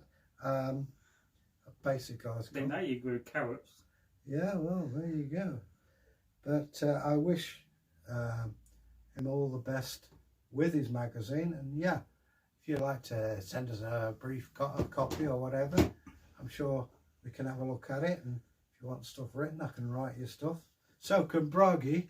Oh, yeah. On all sorts of things. I'll just type up your notes. Yeah, why not? But that's something as well I've wanted to talk to you about, is the history of archaeology. I did a whole course of it at York. Yes, well, you got to try to schedule it into video format and work out how many videos you want for that little series and mini-series. Have you noticed, we keep hearing his voice, but we don't see the dude, as far as we could say. But it's Egil Friday. It could be a recording for all we know. But this is the robot me. The other one's busy working. This is why he's got a leather bikini on. This is why he's not on camera. It's just a little fetish. Well, it's 84 degrees outside. It's not that far off in here, mate. I tell you, my skin's leaking. So, any more commentios, please? I suppose people are still coming in from work, aren't they, and getting the dinner. Depends where they are in the world. We can always start talking about weapons. We can always start talking about weapons, yes. On that bit of paper are the missing runes from the Northumbrian runes you didn't know the name of. Yeah, I've also got to show you, you've got to go through these, you've got repeats. No, you don't, one's upside down. Okay, well, fair enough.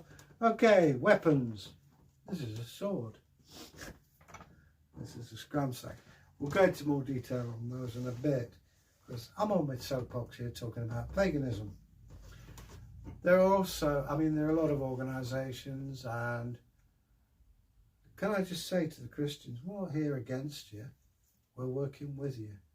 And, you know, you do your thing, we do ours. We're not here to condemn you, we're not here to be unpleasant to you or anything else. I've probably been in more churches than the average Christian. When I was a student, I actually did the churches and the use of spaces. And there's some amazing churches around York. In fact, we've got one near here, haven't we, Bragi? We do indeed. It's the Norman arch with ravens all around it. But yeah, I've been in the York Minster a lot.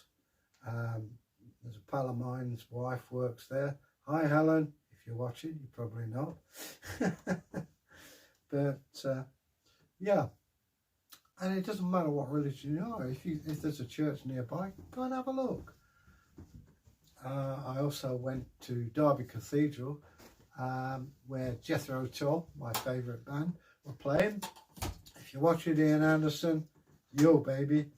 I thoroughly enjoy their music, again, because it's not most pop songs are like nursery rhymes about love and sex and blah, blah.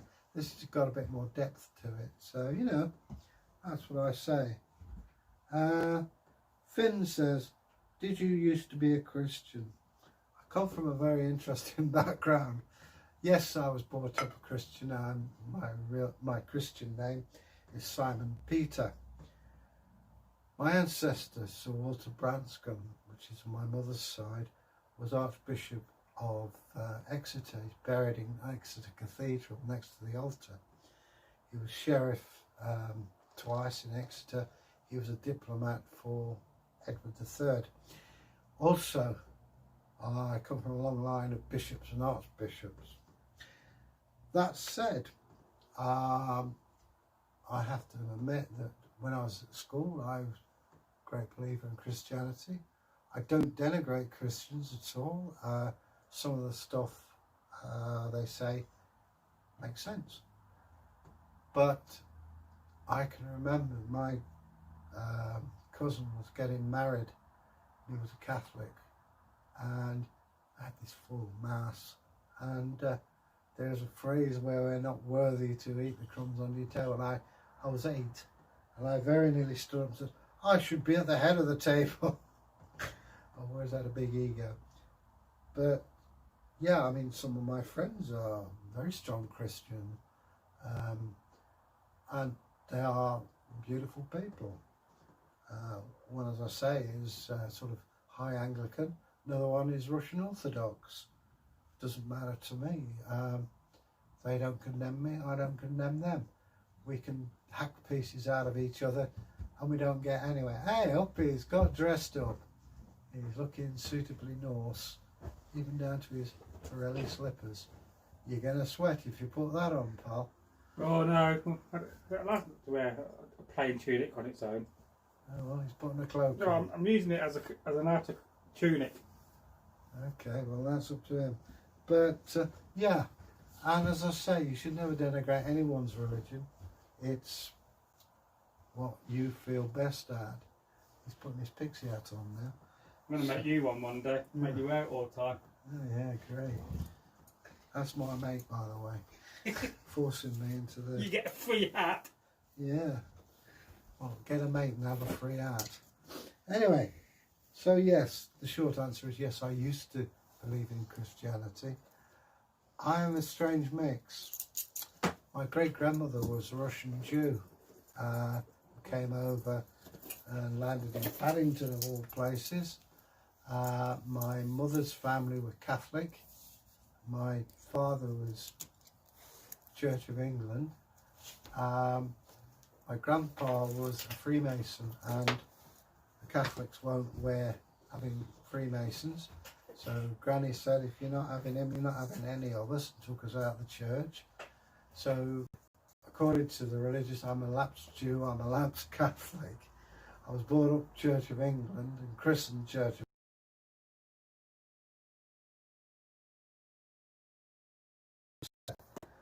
That doesn't matter. It matters is that I have a power stronger than us, and that I am willing to learn from it. So yeah, you know, horses for courses. Another sip of coffee. I say Bragg is looking suitably Norse. He's wandering around now.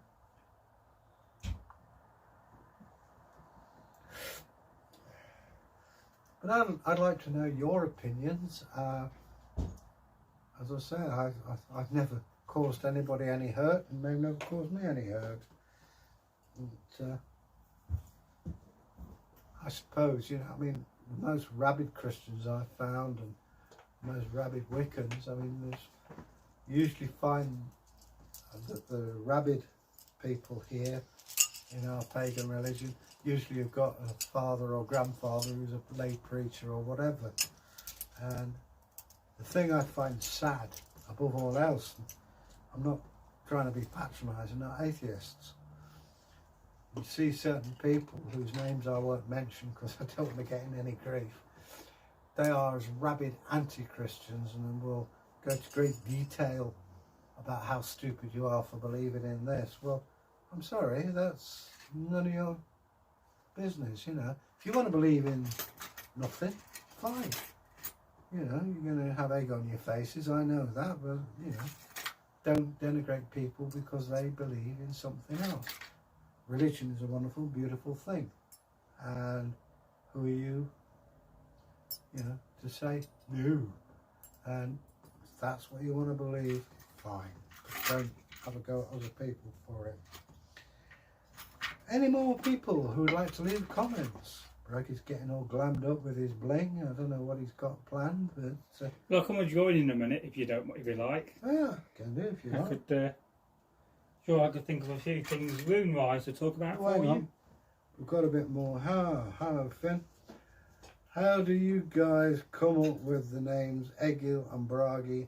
Is that the names you use all the time or just in your channel? I can only speak for me at the moment. I read the Sagas and Egil Skallagrimsson was a hero of mine, still is. And I joined a reenactment group, Regia Anglorum, and you had to have a Viking name. Well, Egil, I was told, translates as terror. Well, I have several names. I've got Simon Peter, which I use. I don't really bother who uses my name. I'm Rune Egil in magic places. I'm Egil Thorsson in this, which I use here. Some people even call me Snuffy, because I take snuff occasionally. And I really don't mind. I mean, you know, songs is not derogatory. You can call me Egil, call me most people call me Simon, and I don't object to that. That's what most people know me as. I have the pagan name, as I say, Egil Thorsson. Rune Egil Thorsson is my magic name. I have a spiritual name which I won't divulge to anyone.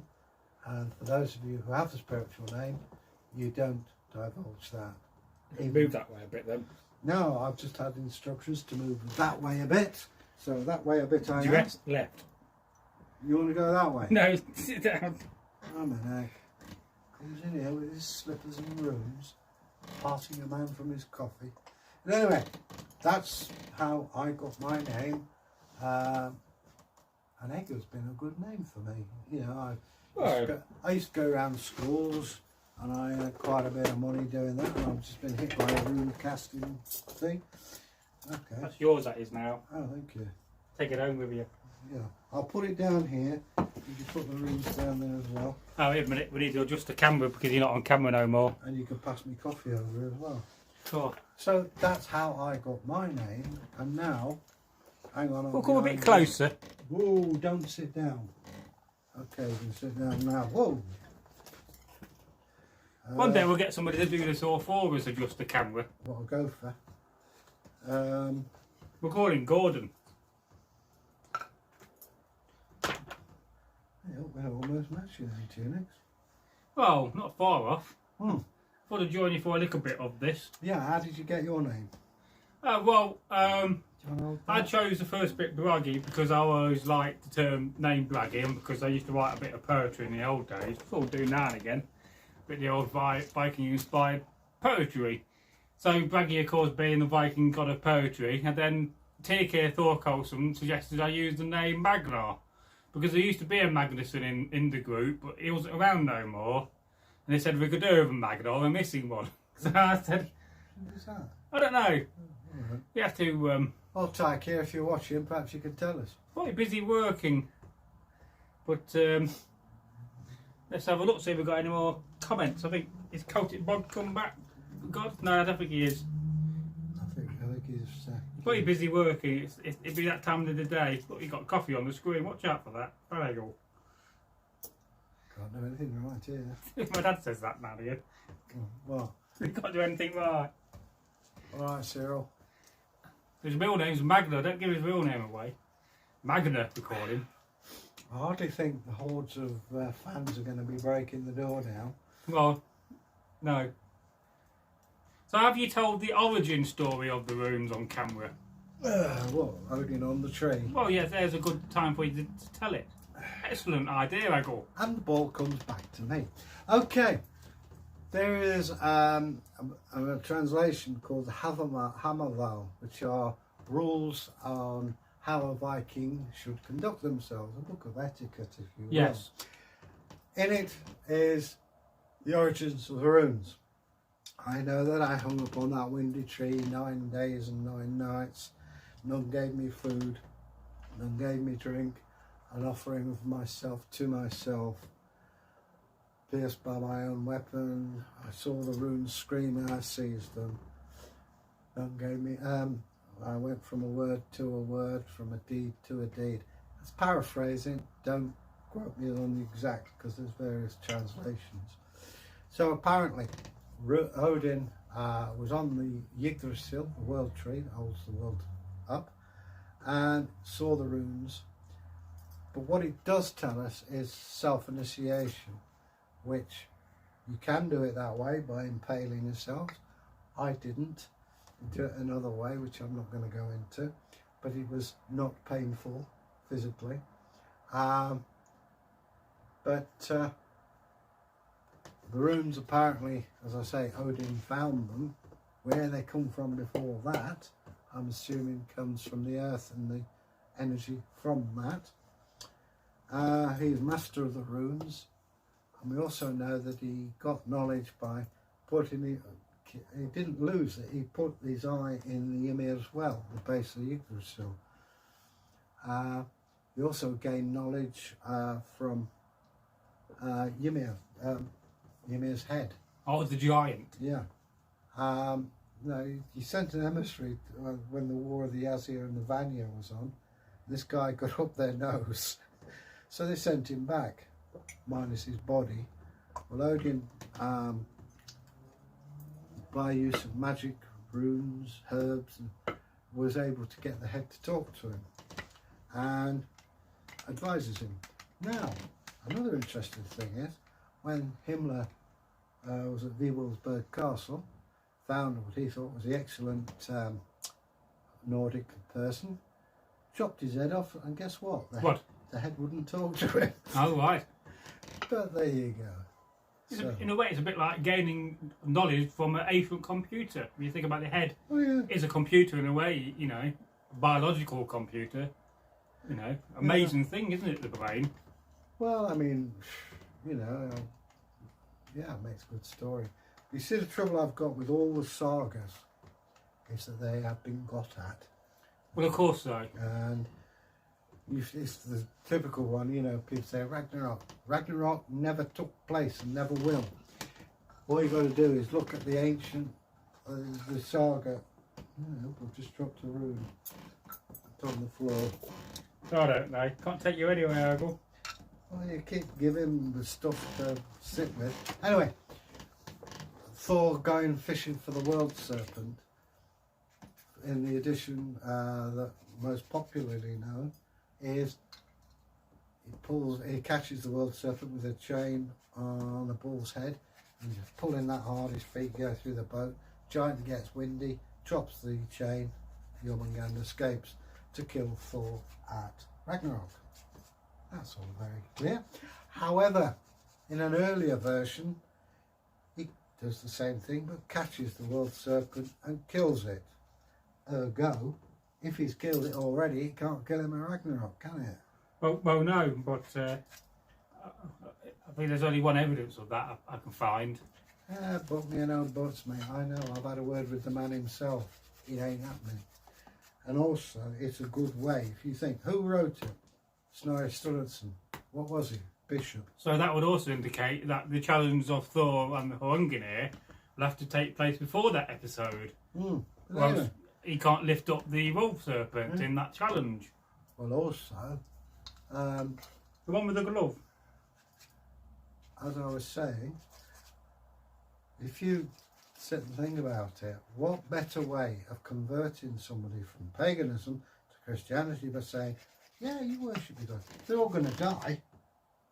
I mean, does it make sense to you to follow a religion where all your gods are going to die? And then all of a sudden, the golden one suddenly comes back from the dead. Does it sound like a certain JC coming back from the dead? Well, to a degree, yes. There's definitely a similarity there between the two. And if you read Revelation, doesn't it bear startling resemblance to it? And also the subtle differences through the sagas, where the gods are mentioned. There's just a little.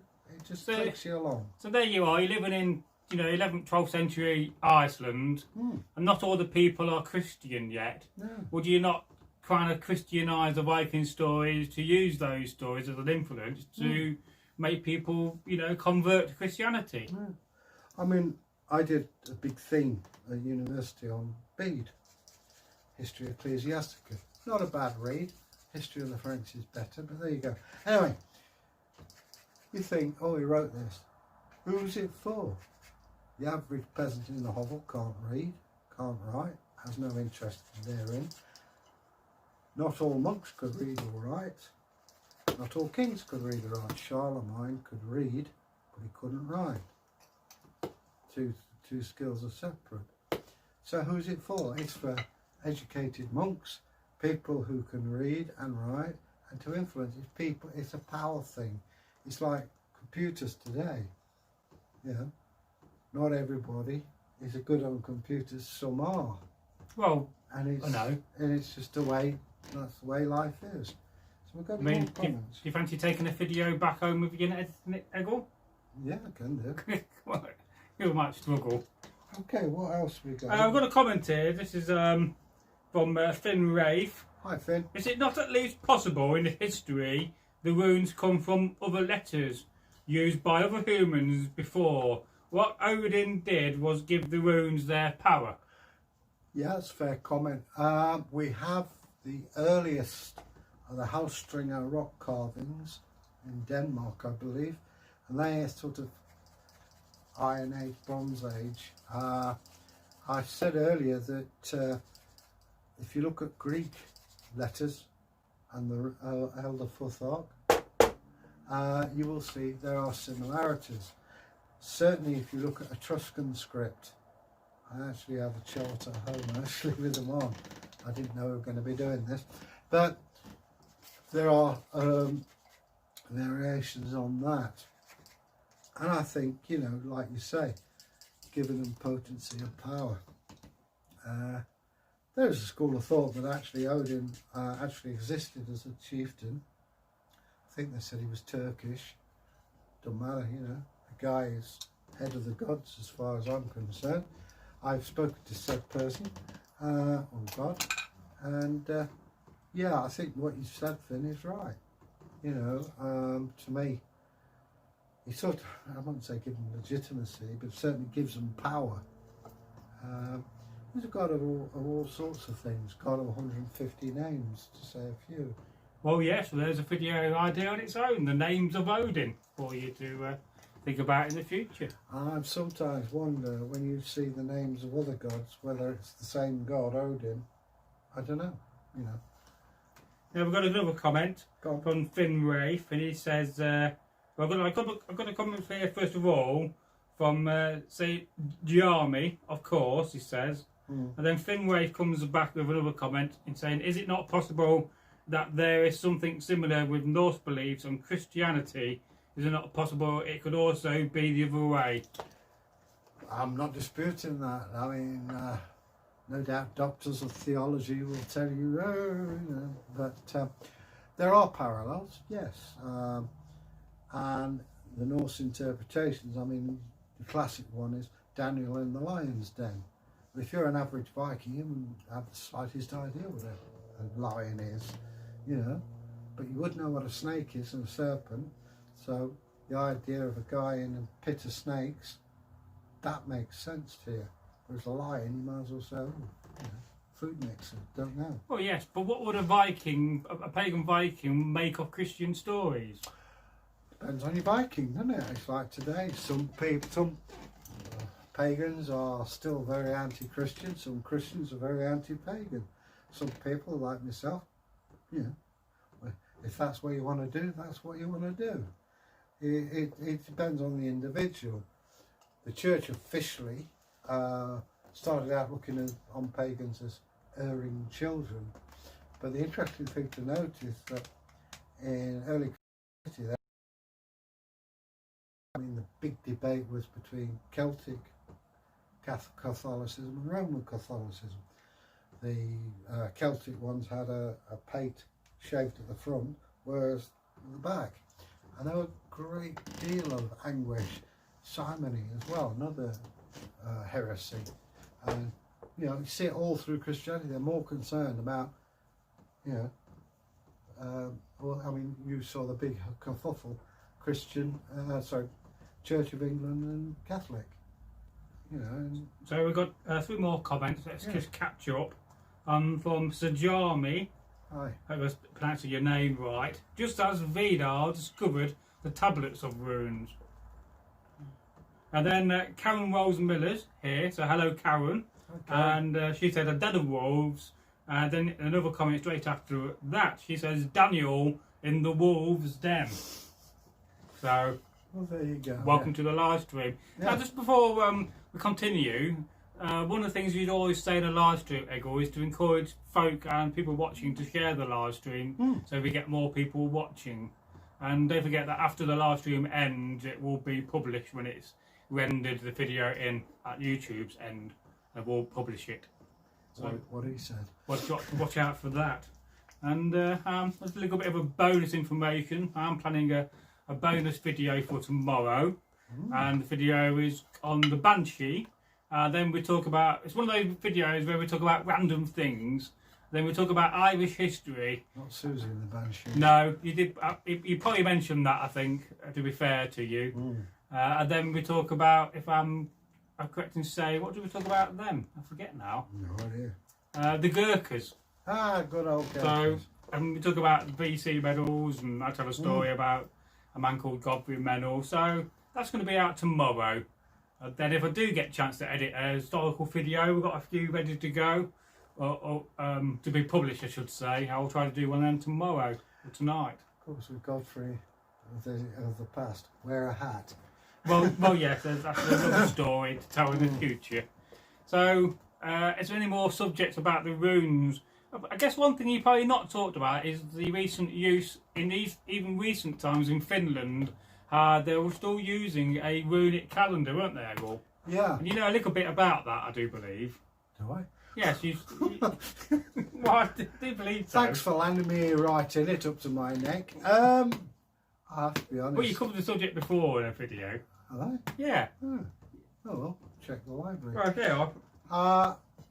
Still on the thing of paganism, Iceland has an official pagan priest. Yes, and they're building a new temple to Thor, probably built by now. Well, there's actually a pagan temple in Newark by the Odinic Fellowship. They're always looking for funds so they can build another one. So anyway, you know, there you go for people in England. Right, I'll just go back to some of your comments in a minute. Well, I can't do that whilst there. I'll just have a look at that, Egil. So there you go. There are also rune staffs, yeah. So, rune staffs are very interesting because we often forget the fact that they would leave messages on rune staves. It's a long bit of flat wood normally, but sometimes you get them in different designs. If you look on the internet, you can find some research papers that demonstrate and talk about it, and there's a few websites about rune staves. And I made one for Egil earlier, which is basically his rune stave, basically saying belongs to Egil. And as a trader, if you're coming back on a long ship and you've got a load of goods, you'd have staves in the bags of goods or the barrels of goods. Yeah, they look like tent pegs. Yes, some of them do, but there are a few variations. So, right, okay, well that's as clear as mud. What I can say is that they have found seemingly rune stocks in marshland and things like that. And what they are spells or curses that have been hidden because they're apparently more powerful if they're hidden. And you know, in archaeology, say, "Oh, this is gibberish." No, it's not. It's just that you don't understand magic, for want of a better word. Because it always amazes me, you know, if you go to ancient Rome, Yes. there's loads of curses and they're wrapped up in Yes, lead. I was about to mention. And, you know, they're quite happy about that. But you find a rune curse, oh, it's all rubbish. You know, come on. Just go to the Adrian's Wall and Vindolanda. Is it not Vindolanda? The Roman fort where they found a load of lead tablets. Some are like shopping orders, some are just jokes and they various things. They also found wood strips, which are beautiful. So we've got a comment here. Can I just put in? So Karen Rolls just want to say hi, Braggy and Egil. So hello, Karen. Hello. So it's always nice to see you here. So is that it? No, we'll keep going. No more new comments. If you do have any questions about the runes or anything you've ever thought about the runes and you always wanted to know the answer to it, well, perhaps we might be able to help with that answer. So blank on it, but we are. No, well, you will try. We'll try our best. That's all you can do in life, you know. In fact, I'm sure there are people out there who are experts. Well, who would like to inform us. Now here's a question for you, Egil. Can you do a degree in rune study? Well, there are certain groups which are better informed than others. I don't know about runic studies, but yeah, I assume that there might be. The trouble is, you're dealing with belief rather than fact.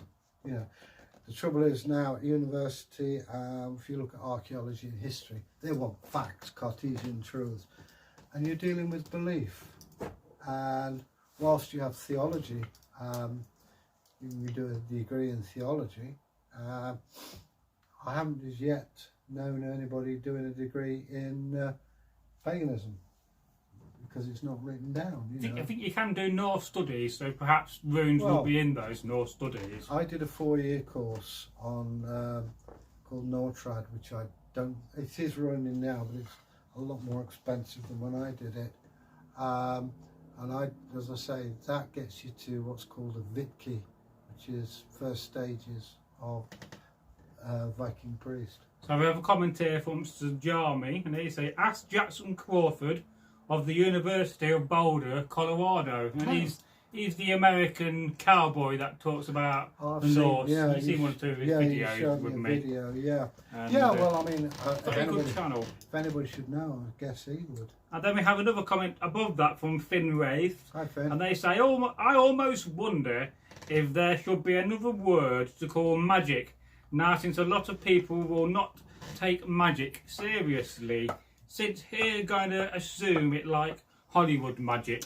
The trouble is, illusion is called magic. You know, all these guys who go on stage with extra suntans and polo necks going, hey! It's not magic, it's illusion, it's trickery. Some of it's very good though. Oh, I'm not denigrating. And then you see these videos where they compare to some of these magicians saying, oh, they sold their soul to the devil to get magical skills. And I mean, how do you explain that, dynamo when he walked down the side of a building? How can you explain it? Well, I think the one when he walked on water in the Thames was probably more explainable.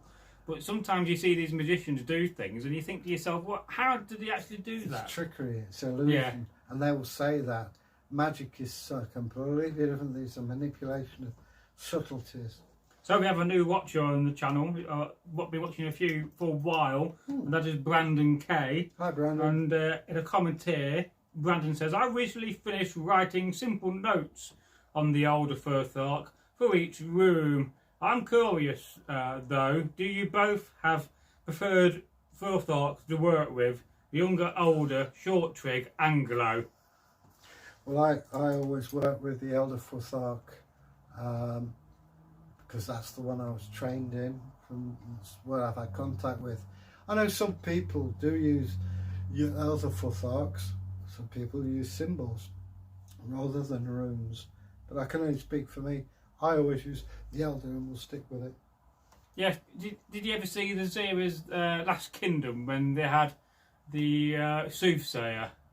I think it's Gianni, or I can't remember the name of him. Stormer, something like that.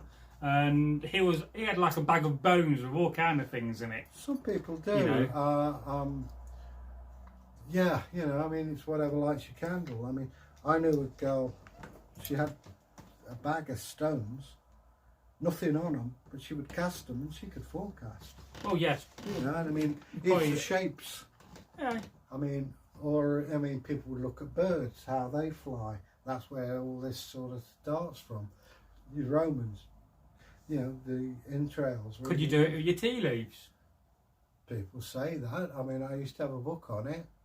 And there's cartomancy where you use carters. There's all sorts. Did have a job, I used a tea bag. Yeah, well, there's even a way of foretelling by looking at people's bottoms. Now, whether that's true or not, I don't know. Have you studied that? No. Right. That's a funny one, that, isn't it? How do you do that, though? I didn't want to be the butt of people's humour. Yes. Well, boom. And of course, the hand, you can't forget palm reading. Very interesting that, because when I worked in a factory, there was a guy whose grandfather, I think, was a Romany gypsy. And he looked at my hand and he says, "You're going to live a long time, but there's going to be an illness that you'll get over." And he was right. I'm diabetic. You know, type 2 diabetes. So I mean, that's not bad, is it? I've got a book on that. And of course, don't forget the I Ching. If you go even Eastern, it's pronounced I Ching. I Ching. I Ching. It's like everything else. I mean, there are fashions in it. I Ching was very popular when I was a student. Then it was sort of, people went back to tarot. I mean, I don't do tarot. They're fine. They give me a headache. So we have another comment here, Karen Rose Miller. I use them with great success. The runes Jera will speed things up fantastically. Yeah, I mean, you know, that's, you know, runes can fit people like a nice glove. I mean, I found that I had no problems of finding a tradition. To me, it's always been Viking. I used to go and do the Green Circle meetings, and this poor woman, she reminded me of Dina in Absolutely Fab. Every week it was a different religion she followed, and some people find it very difficult to find a faith, whereas others, like me, I was lucky. It's always been Vikings for me. I'll be honest, I was 8 years old when I first was into it. We have a comment from Sir Jarmy, and they say St. Jarmy, or Jarmy. They say weird, that's W-Y-D. It's a very old thing, and something we can talk about in the future perhaps. And then Karen Rolls Miller says, I made my runes from shed tree bark of my maple tree. That's a cool idea. Yeah. And then we have a comment here from Roman Biscotti, and they says, hello, Hi. Boop, hugs dear Braggy and Egil, and you know her as Tangi.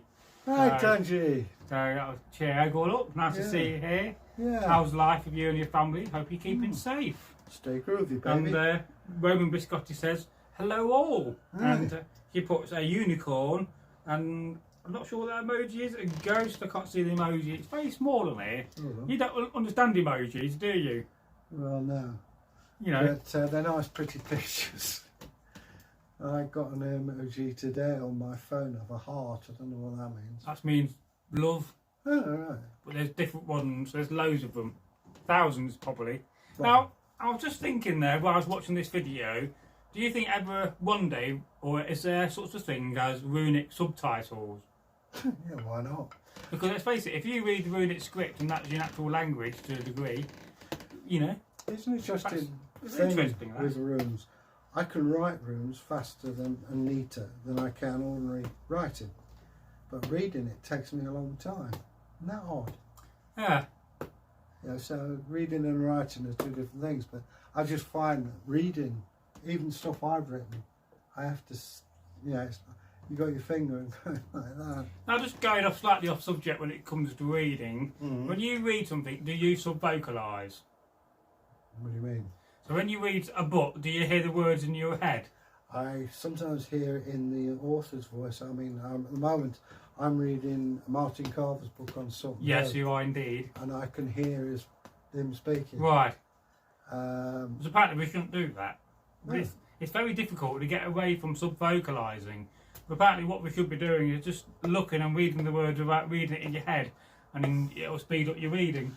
well, I have a problem in that I'm slightly dyslexic, and this is why I find texting so hard. Now, some years ago I read a very interesting document online about a woman in Russia, and in a minute she could read on average about 180,000 words. Oh yeah, I mean the speed reading. So that's quite amazing. What I was told as a friend of mine, when I did the OU to start off with, I used to read even where the damn thing was printed.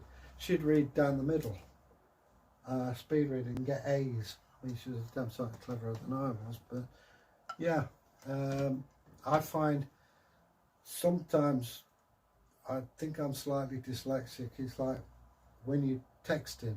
Also, I've got fat fingers. I hate my phone.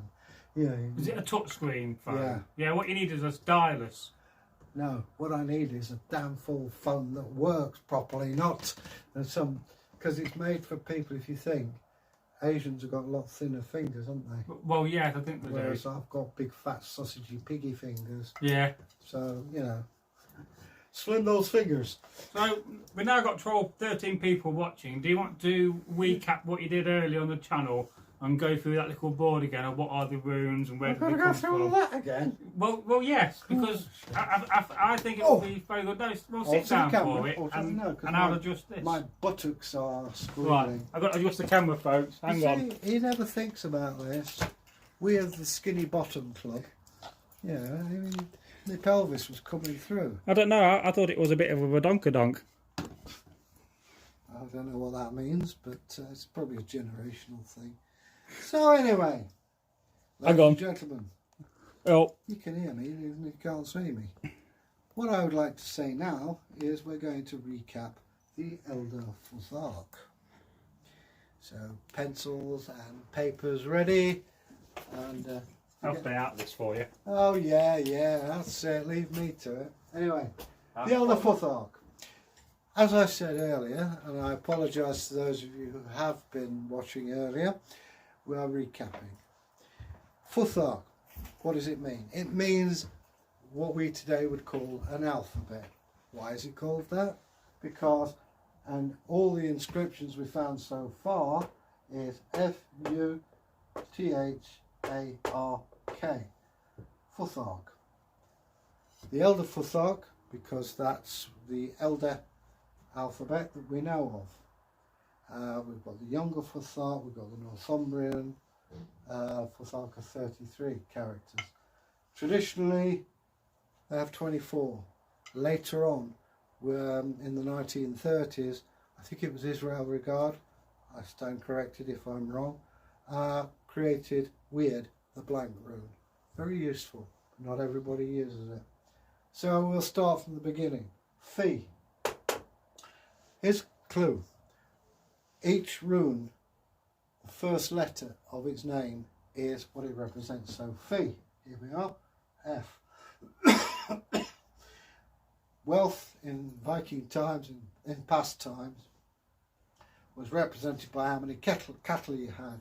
And so here's the buyer and here's the cow horn sticking out. Represents wealth. It means gaining wealth. If it's reversed, i.e. the other way round, then we're talking loss of wealth. You know, you gain some, lose some. This represents the oryx, which is a massive, fierce bull. Imagine the bulls in Spain, about twice the size and even worse tempered than those. You've got an oryx, and the Saxon youth had to kill an oryx to prove their manhood, but hence they're now extinct. I think the last one was killed in the 17th century. So it's a coming of age, and you can reverse it, and if it's reversed, it's sort of like the lack of innocence, you know. It's don't trust everything you've been told, someone's trying to mislead you. This one, thorn, saying, as the name would imply, here we have TH, thorn. If you hold a rose, you want to sniff it, hold it between the thorns. If you don't, you get jabbed. So it's handle a situation carefully. And pretty much the same the other way round. Answer. This is a man with his mouth open, and it's saying, it's giving you advice. I'm sorry, I've been on this a long time, I'm getting a bit tired. So basically, it's a verbal message, not a text from today. Be a telephone message, it'll be someone on a one-to-one. Can represent legality. Now, if it's reversed, i.e. back to front, it means someone's trying to mislead you. A plumber's trying to overcharge you, or a lawyer's trying to overcharge you. So be aware of that. Rad. This is a journey that you want to make. Now, this fascinates me because this is actually a representation of a pin that holds the wheel on. Now, if it's that way around, it's a journey you want to make, a holiday or whatever, a trip to your favourite girl or boyfriend. If it's reversed, it's one you've got to go on, maybe dentist, lawyers or something, or bank or something like that. Something you don't want but you've got to do. And of course, as it says there, the letter R. This, Ken, letter K and letter C. What we have is a torch with flames coming, or smoke coming off it. That was the way you used to illuminate things, you know, see it in the films. And it's illuminating a situation, making you understand things a bit better. If it's the other way around, issues are getting clouded, things like that. This should not be a Q. Q wasn't around until the 18th century. It's the letter G. You probably recognise this where if you're sending a text or writing a letter or card to your loved one, you put kisses on the bottom. And this is what that represents, and also a gift. And it's one that hangs over from today. And it's the letter G, gefu. So remember, Q didn't come into existence until about the 18th century. Next we have Win, the rune of joy. And if you notice, if you put that with that, you have what's called the key row. Now the Christians will tell you it's the first two letters of the word Christ. May well be. But also, it's what's called a bind rune. What you've got is love, love and happiness, and you're holding it with ice. That one there. So, you know, you see that almost a Catholic symbol. Next, we go to Hagal. Brody's dropping stuff on the floor back there. Hagal is two roads with a third road, a change of direction. It's a pen there. Oh, thank you. You can put it in. All right, yeah, okay. There you go. So, I'll put the cap back on because we don't want to dry it out. We've got Hagal, which is change. Hagal means hail. Very useful. Need. This I find very odd. How did it represents a nerve? It means constraint. And how did they know what a nerve looked like? Some of you out there may well be able to tell me. But it means constraint. And you could turn it the other way up, which means keep your own counsel. Again, a form of constraint. Here we have Isa. Ice holds and freezes. People could say, oh, well, that's not very nice. No. Gives you time to think.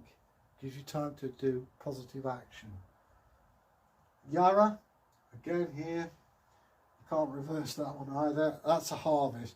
And what it basically says, the more effort you put into something, the better it is. Now, if you've got a field and you leave it with weeds and don't plough it properly, you're not going to get a good crop.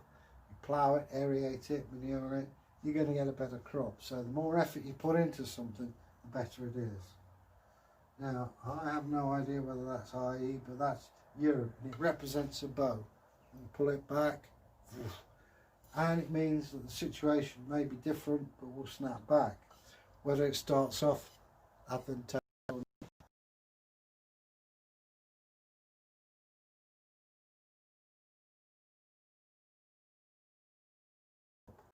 The analogy I got was, imagine trying to get into your house through the window instead of through the door.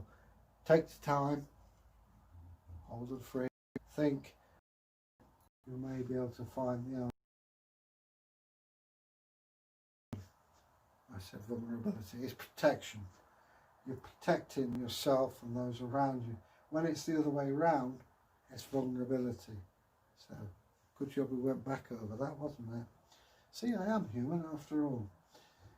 Seek. This is the rune. This is the power from the gods. You know, saying, yeah, it's okay. It was used in fascist times, you know, was Hitler used SS and all that. Well, it's up to you. But basically, it's power, strength. Which brings us to Tew. Tew was the god who volunteered bravely to put his hand in Fenrir's mouth while he was bound. And Fenrir took his hand.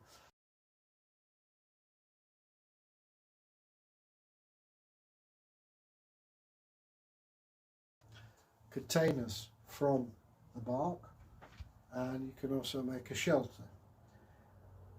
If it's that way around, it means birth. It's actually a representation of a pregnant lady. If it's reversed, it means illness. How severe or how bad depends on the other runes with it. Next, we have Yul, represents a horse. Bit of an old nagger, really, by the looks of it, because, you know, sagging in the middle. Means you're there for the long term. It's pretty much the same the other way around. Here we have man. Man, two people talking. That means, yeah, communication between each other, which is a good thing. If it's reversed, it means you're not alone. You may think you are. Use the network of people around you. Yeah, you never know. Might do you some good. Lagu.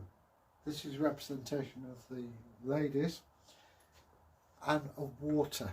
Now, put water in any shape or form, it's what's called a plastic medium. It'll form around the thing around it.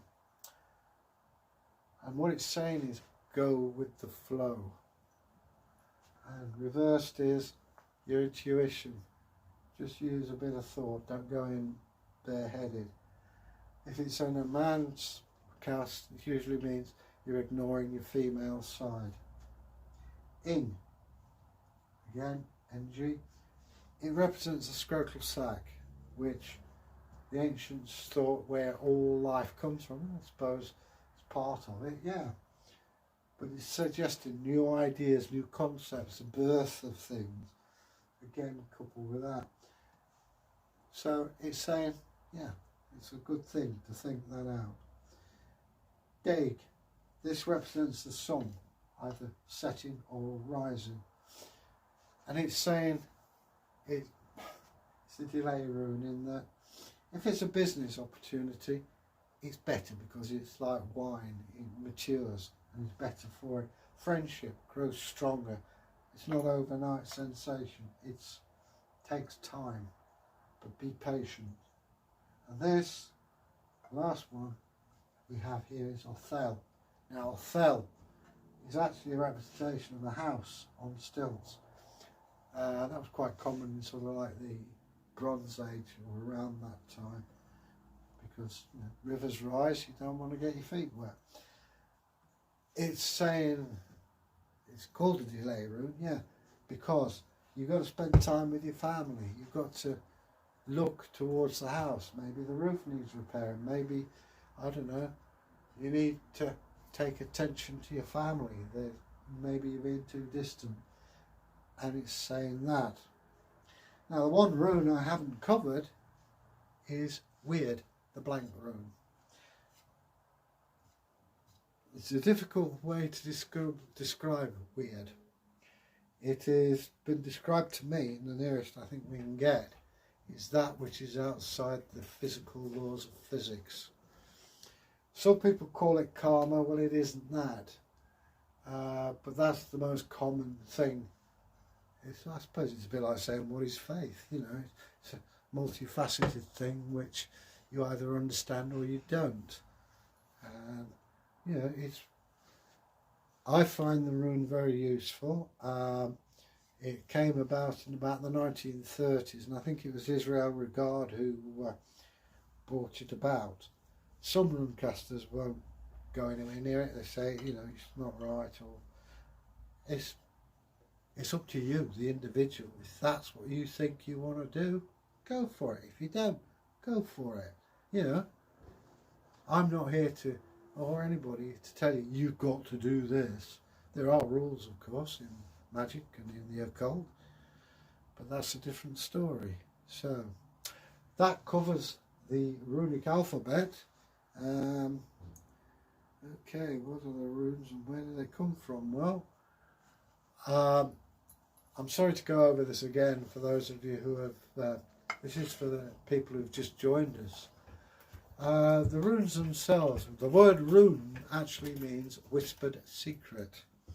Now, if you look way back at ancient Greece, we can see, now he gives it to me. If we look back at ancient Greece, you can see some of the ancient Greeks, the symbols are the same.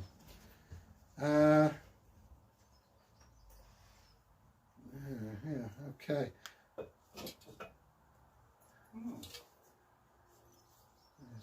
That's all right, I was just humming an aria. I'm going to read some of the comments out first. Brandon K. Have either of you studied or have you good references on Galdir? Have you? What? Have you any good references on Galdir magic? No, I don't know. Well, there are spell books, but yeah, you need to look around. Oh, grief, it's done up like a Liberaceous What a shop. crack now on me. No, I was just looking at your dinner plate. Roman Biscotti. CC, any chance you can write runes in moon letters? I have no idea what moon letters are. So Is that something to do with Ulvish? He had to think of Lord of the Rings when he had. no. I don't know. Karen Wells Miller, I don't use a blank rune. Well, yeah, you know, some people don't. Some people say, you know, it's a modern invention, and that's fine. Ragnar Britches, oh wow, a surprise live stream. Hello Egil, hello Braggy. I've missed 2 hours track. Don't worry, I'm going back over bits and pieces, but please stay online and let us know. Roman Biscotti has sent me a spanner. Don't know what it is. No, that's an admin spanner. Alright, what's that one? Oh. Purple Art. Purple art. No, there's one before that. But is it a banana? I've no idea. It looks like a rocket to me, but what do I know? Okay, so we were going back to the blank rune. Weird is it's a complicated thing, but you know, some people don't use it. So anyway, good luck there, Karen. What's the next bit? Oh yeah, I was talking about the origins there. If you look at Greek letters, as I've already said, you'll see some similarities. If you look at Etruscan, it's even more so. Now, the Etruscans were pushed north and south and all over the place because the Romans came in. And one of the little joyful things Romans used to do when they're invading a country is kill off the intelligentsia. As they're intelligentsia, they don't want to be killed, so they went, we'll say, north. You go to the tribes there who realised their worth as people, but didn't understand a thing about reading and writing. To them it's magic. And they attained over the time magical... oh, hang on. Yeah, I've got a thing from Roman Biscotti. It's my blue wrench that's attached. And then I send thank you, hands and heart. Oh, thank you. That's very decent of you. I'm antediluvian. I know very little about computers. This is high tech for me, I can tell you. Bragi sometimes holds his head in despair, thinking, "Oh my God, who is this chimpanzee?" And you know, there's only one Egil Thorsson. And all I can say to that is, "Hoo, hoo, hoo," gives a banana. Okay, so we can then see that these attain magical things. Well, what do you make the runes out of? I'm going back over bits that I did earlier, so you know, don't worry, Ragnar. Any organic material, you can make them out of. Seawash stones are pretty good. Clay, bits of wood are the best. You can get a strip of pine from your DIY shop, segment it into 24 or 25, and then put you get wood burning kits. Bragi's got one. Be careful, because you know you don't want to burn yourself. Oh, another one from Roman Biscotti. We all love you in our household, dears, and we love you too back. And, who knows? One day we might even meet you. So organic, and there's a lady on here who actually uses bark from a maple tree. That's as good. Some people say, "Oh, you use blood." Well, I wouldn't advise that, because infection is pretty a thing. But you know, if that's what your bag is, fine. Speaking of bags, you want a bag to hold the runes in, something that is natural, and a cloth. The cloth keeps your runes cleaner, and also make sure it's blank. You haven't got embroidery all over it, because you're there to focus, yeah, and that's what that's all about. But yeah, so there's that. I'm sorry, I have to keep going to this paper, because any more comments? Not at the moment. Rune by rune done that. The Northumbrian rules. Well, I've got to come clean. I've got to research them before I can explain them. I've not had much dealings with them. I know they exist. There's 33 runes as opposed to 24. It's called the Futhark because of linguistic differences. Again, you know, some of the missing runes. Everything's balanced here. Don't know if you could see those. These are the runes. I know I'm not just briefly showing them to you. I have to do some research on them. I will get back to you on it. Right, I have a comment from Karen Wells Miller. Sorry. When I consult runes, I'm asking Odin for wisdom and clarification. He always gives truth. The runes have never lied to me. I only consult them when truly needed, never frivolously. You hit the nail smack on the head there. It's not a game. You don't go, "Oh well," I mean, I used to get people saying, "Who's going to win the Grand National?" I said, "The first one past the post." It's not there to tell you lottery numbers. It's not there for that. Give you guidance on certain aspects of your life? Yes. I would say also, Odin, be careful. He is a god of telling porkies at times, but if he knows you for real, you get the truth. So thank you for that, Karen. I've got a comment from Brandon K. What pulled you into learning the runes? I started off, I've always been interested in history, especially Saxons and Vikings. I knew of the word runes, and I thought they looked pretty sexy. My mother once, just before birthday, said, "What would you like?" And there was a book club, and there was a Ralph Bloom's Book of Runes, which come with a set of runes. And I thought it was just a book saying, this is A, this is B, blah, blah, blah. Turns out it was a lot more than that, and I read that. And then I found a book, I have to be honest, that changed my life, The Runic Workbook by Tony Willis. it worked for me. Taught me step by step, common sense and useful things. I later met Tony and I was on his course, which was the next step from that. It took me 3-4 years and it's not easy. I believe it still does it, but it's a lot more expensive than when I did it. You probably have to go online to find out about it. And Brandon K, another thing, sexy runes, lol. Alright. Ragnar Britches, I'm having trouble hearing you, Egil. Is it a matter of volume or is it, because sometimes I know I've got a quiet voice. I go on a lot, but just send me a message to see if it's a volume thing or whatever, because I'm getting a bit hoarse myself at the moment.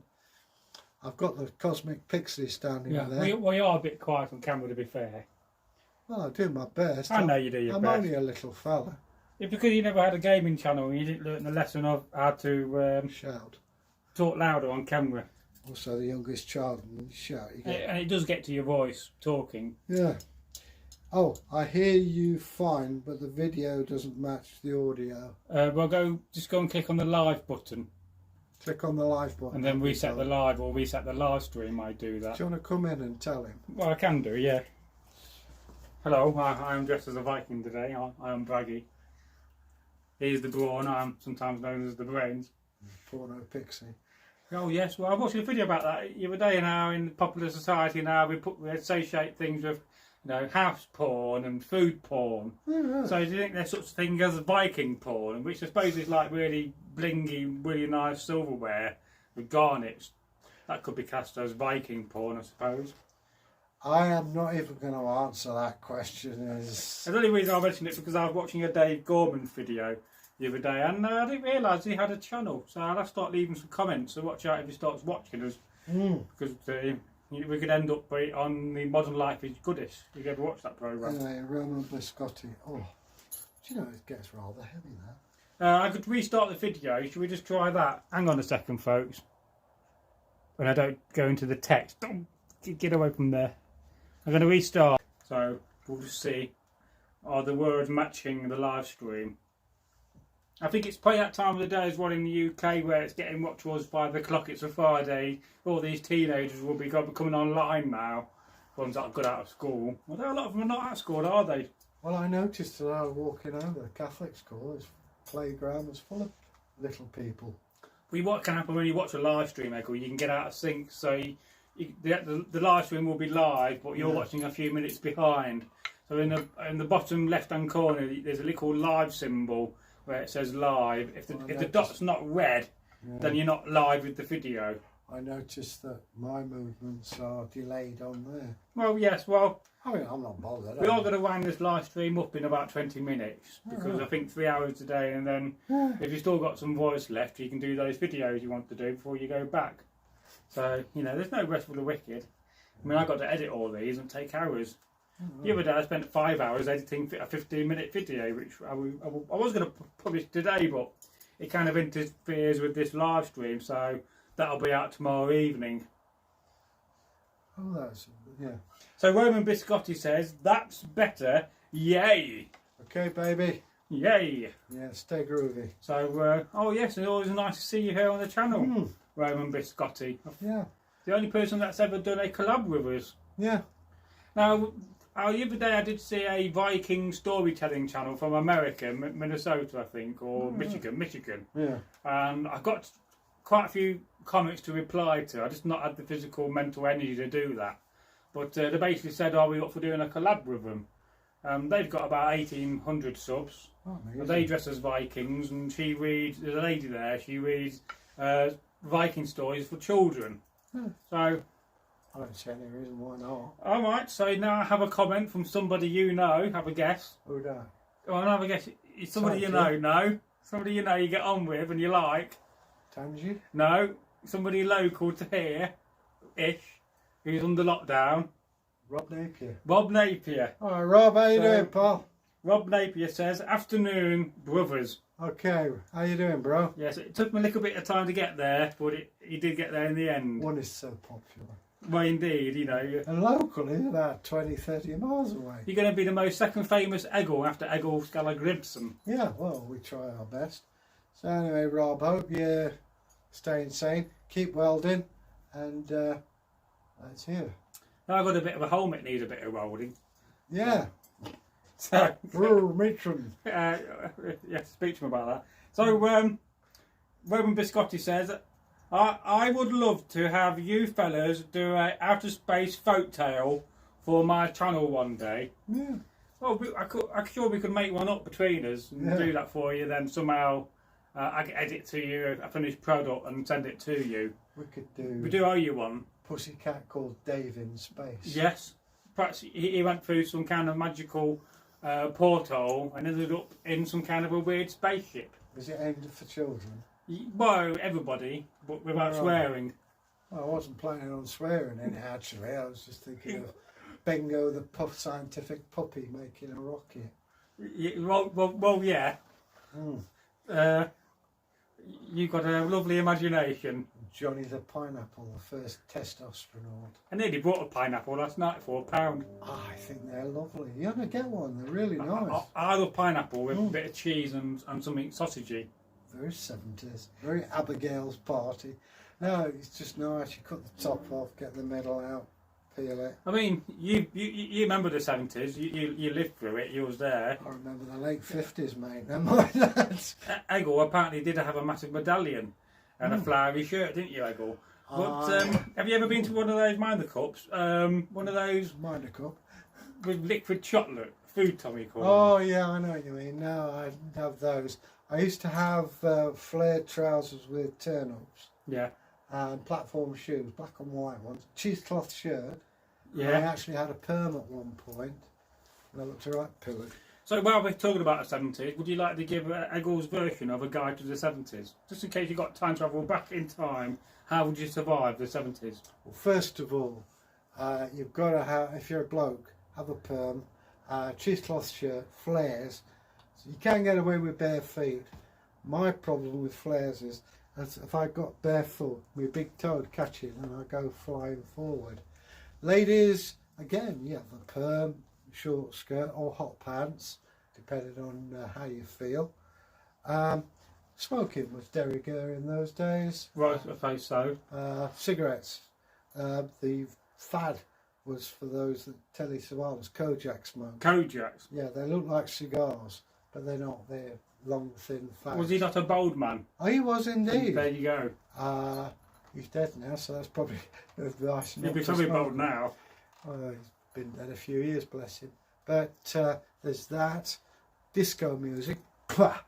I hate disco music. Well, I don't mind it from 1979. Oh, trust me. I've got to think about disco music. It's musical neuralgia. I hate it. Now, you've got some good rock bands, heavy rock bands going in, you know. You got Hendrix, he's the god of heavy rock. Carlos Santana, Eric Clapton was... Anthrax. Yeah, there's all those. So you've got that, yeah. Also, was it Black Tower Wine or Blue Nun, which is into white wine? Well, yes, Blue Nun. Do you want to explain to people what a cheese shirt is? Cheesecloth. Cheesecloth shirt. In years gone by, they used to wrap cheese in a very loose material, very similar to cotton bandages. It was called cheesecloth. Very popular. So Rob Napier comes back with cigarellos. Yeah, John Cotton. Did you have a little holder for your cigarette in those days? No, I didn't. I used to smoke ordinary fags in those days. You've been like a post-teenage, wouldn't you? Mm. Yeah, a groovy young 20s Egil. Yeah, I was born 1954, so, you know, I was 20 in 74 when my old man kicked it. So, yeah, you know. Is that where you got the idea about the moustache, because you had massive sideburns? No, what it was, my philtrum there. Yes. It's very pronounced now. It's very... very up and stuff lip. Yeah, and my dad also had a tash, so I was going to have a tash, but bigger than his. Ah, so do you look like your dad then? I look very much like my old man. Oh, right. I've got a pair of specs like he used to have at home, and if I pull my hair, even going bald like he is. So we've got a few comments. Hmm. Just interrupting your guide to the 70s, just in case anybody got time travel back there by accident. And Karen Roll says, I feel that the runes are symbols of faces.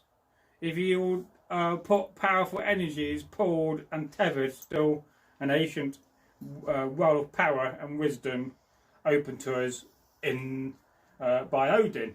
And do you think, in the 1970s runes were very popular and that was when they were beginning to get popular?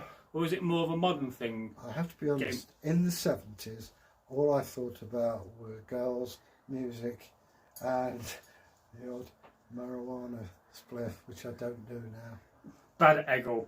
Well, it's not that. It makes me psychotic. I get very angry and violent.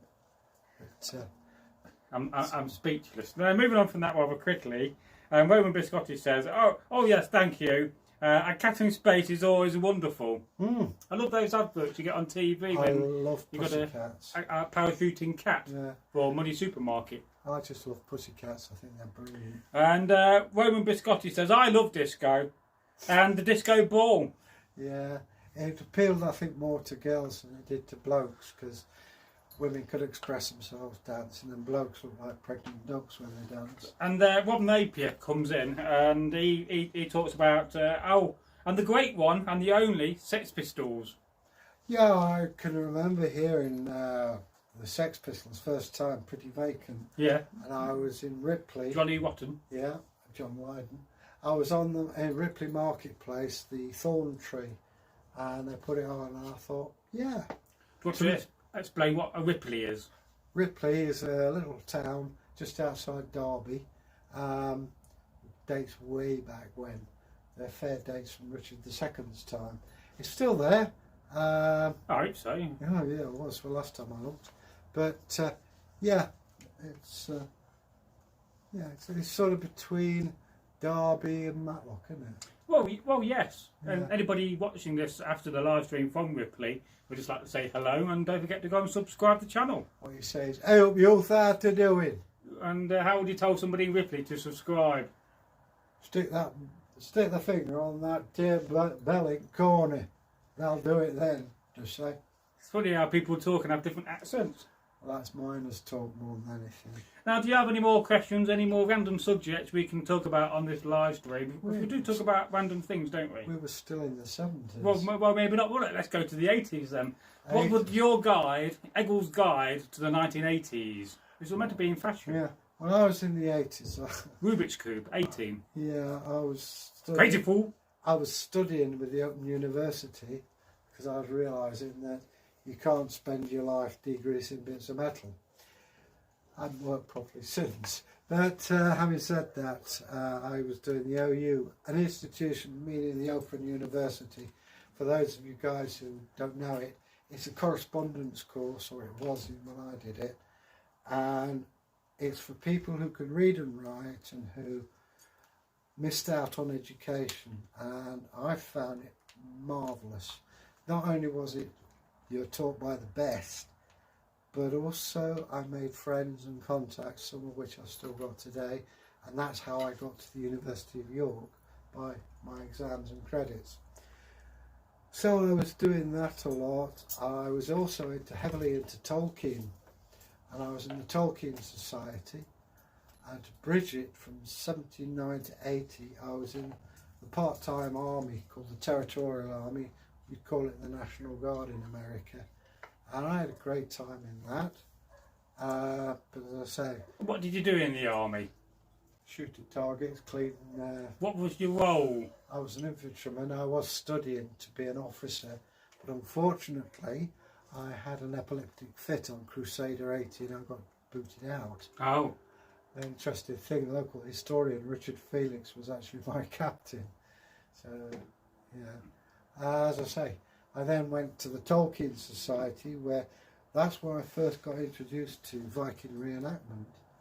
It was what I call the bedknobs and broomsticks time, when you had baked bean tins for belt buckles and things like that. Time of great innocence and great fun.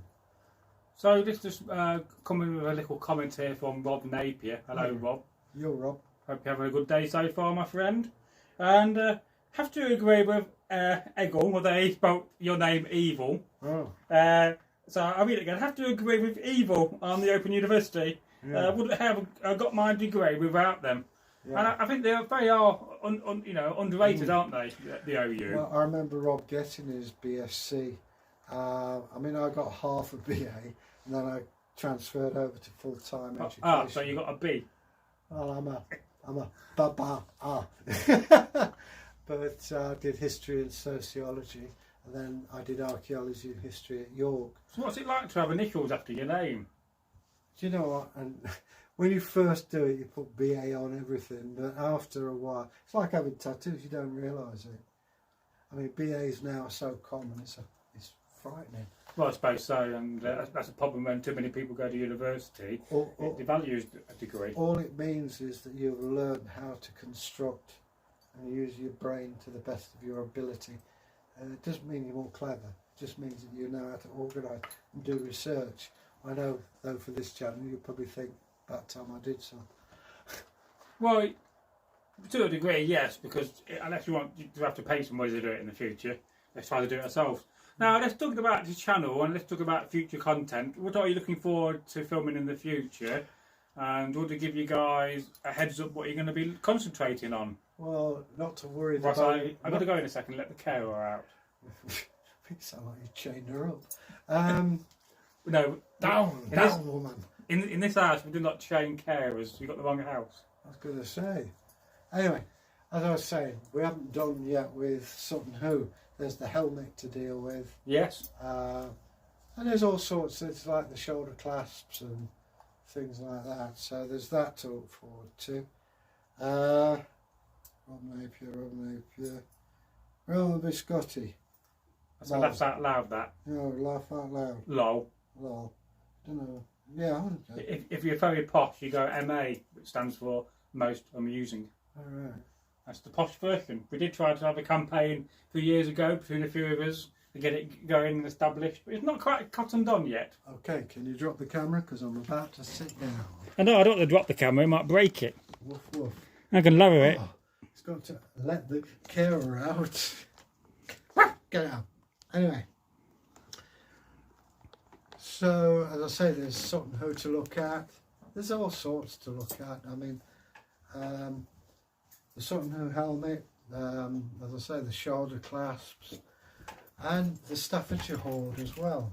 I think We have covered that. I know you have done a bit about it, but you know, to join that with the Sutton Hoo thing might be useful. Also, I'd like to do a thing on history of archaeology and of certain archaeologists. It's an interesting thing, and I'd like to start it off with what is archaeology, what isn't archaeology. There is a difference. You know, even today you've got treasure hunters and you've got archaeologists. Sometimes it is somewhat blurred. But, as I say, you know, excuse me. So I've been rattling on a while, so my voice may seem a little weird. I do my best. So, there's that. We can also, I mean, I've got my notes still from as a student, and there's things like bead, history of bead. There's one we could do, I think, possibly early Christianity. I did a lot on that, believe it or believe it not. I think it's a few mileages in that. And just if you send questions in, maybe, or topics in as well, you know, we can research it and do that. But again, it's worth that. Right, so we did now back up Bragi. Bragi's not here. Vikings versus Anglo-Saxon Rules. I don't think there's actually much mileage in that. You know, they both use runes. They both, you know, they may have known it. I'm sure that it's like learning people who know French or German. There are people who know it, but there are people who don't. So we shall see. We shall see. Now, if any of you got any more comments, it'd be really good for you to let us know so that I can have a chat with you. But now, as I say, in this particular time, I go on about it. COVID-19, it brings out the best and it brings out the worst. And some people find it very difficult to be on their own. That's why we've got this. And tell somebody. People suffering domestic abuse. Tell somebody. You know, you should feel safe in your own home. And just tell people what's what. Do you know what I mean? Now, from Roland Biscotti, Egil, do you have any crystals? What are your favourites? I do have some crystals, actually. They're packed away. I haven't used them in a while. Smoky quartz, rose quartz are nice, and this cup of coffee is even nicer. Thing about quartz, people say, oh, it vibrates. Yeah, it does. It naturally vibrates. Hence, you have crystal watches, quartz watches. However, yes, a friend of mine, she's dead now. She used to use crystals a lot, and there's a lot of merit in it. They're also very pretty things. But I'd like to know more personally about crystals. For instance, I have a big piece of rose quartz, which would be nice. So, you know, there you go. This piece of Roman pillar there. I thought it was a lump of bread. There we go, a bit of Roman pillar from Bragi. Nice one. Oh, I see it, yeah. Whereabouts is it from? Rome. All right. No, Turkey. All right. I thought it said Turkey for a minute. But yeah, I love crystals. Yeah, rose quartz is a nice piece. But somewhere I've got a chart on it. I've got a lot of herbs and spices with a chart on it. But a friend of mine, she's a master herbalist. Very clever lady. But yeah, you know, it's of the earth. They're beautiful things. We have a lovely shop, a place called Cromford, which is just before Matlock and outside of Belper, and they sell some beautiful crystals and Hoggenheim diamonds, which are, I believe, are from New York. I had a couple of them, but I gave them away. They're diamonds with heavy inclusions in them. But I've also got some geodes as well, which I think are beautiful. I've got all sorts stuck away in my little jolly box of miracles.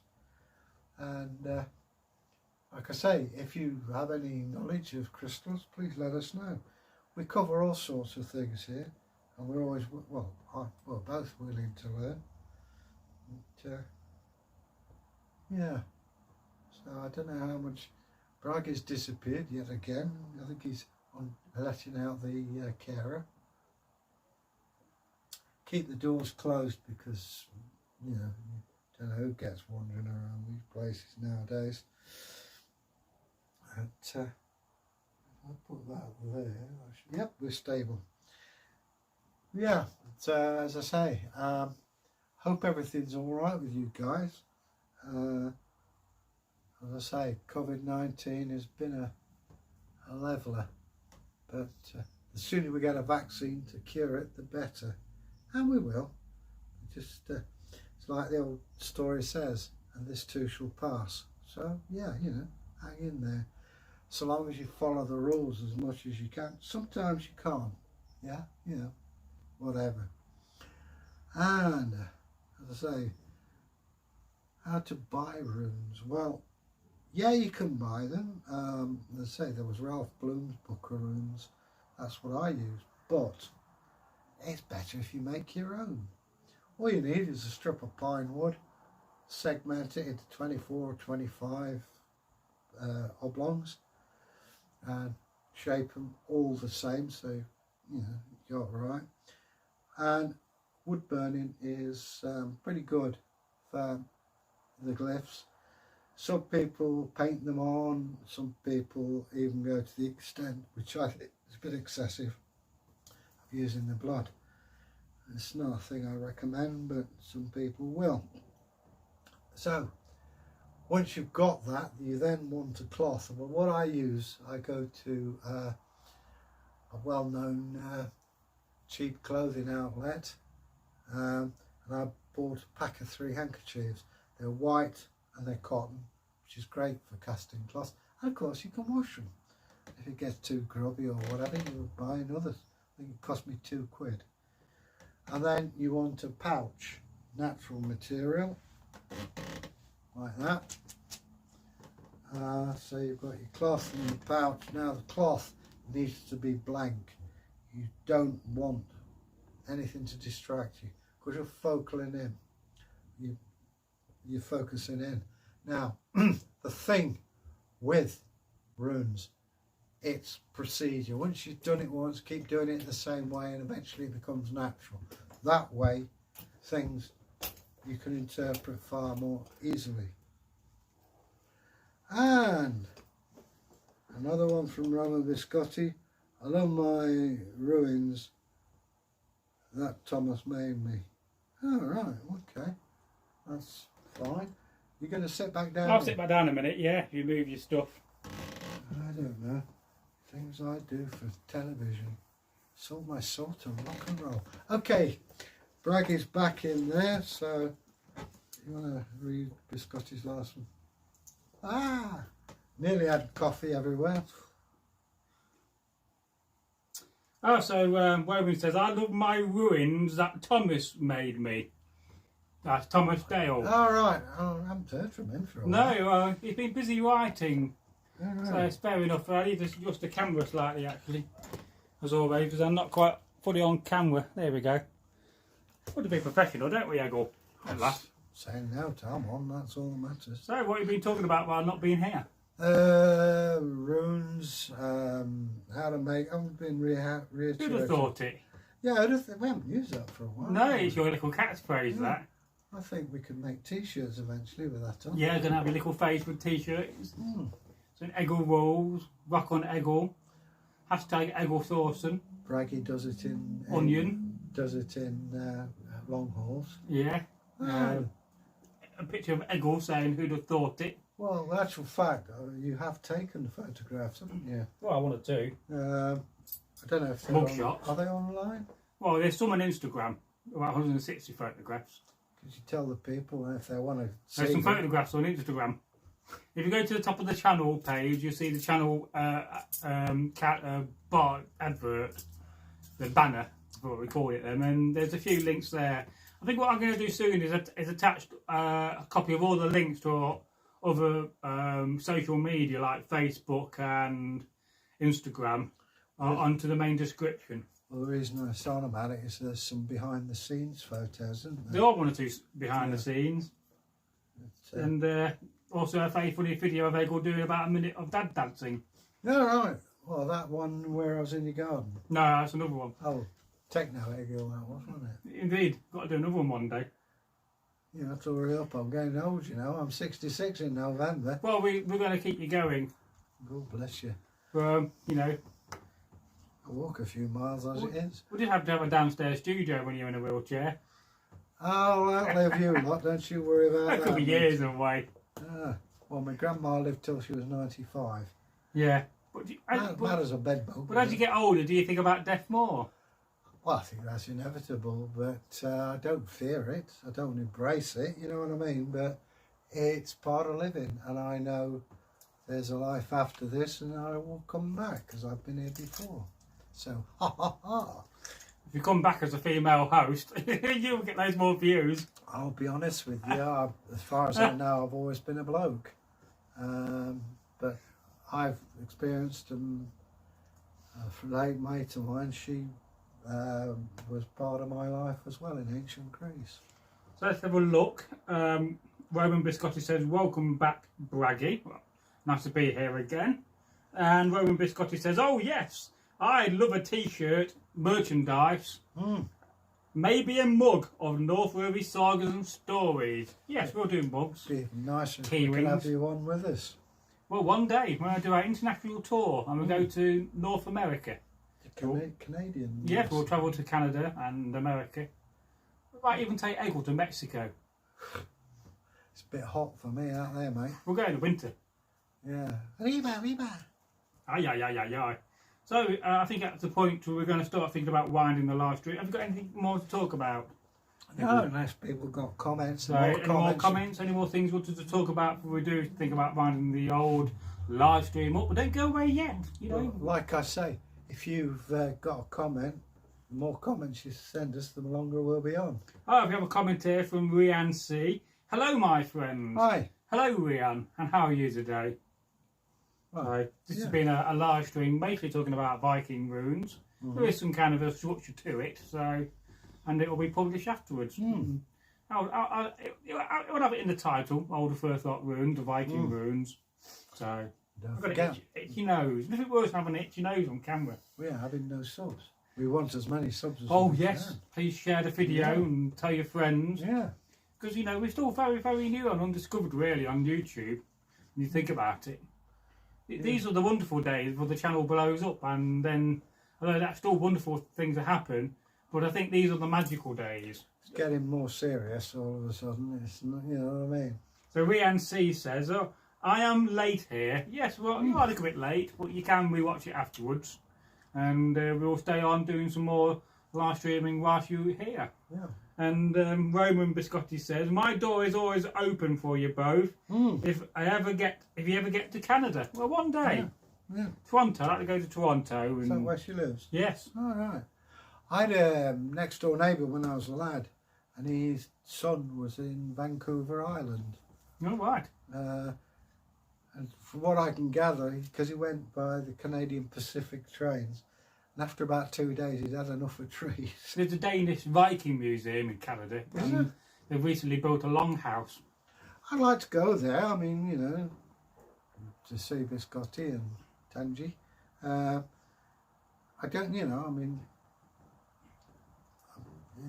I know Toronto's supposed to be an expensive city, but hopefully by then that won't worry us.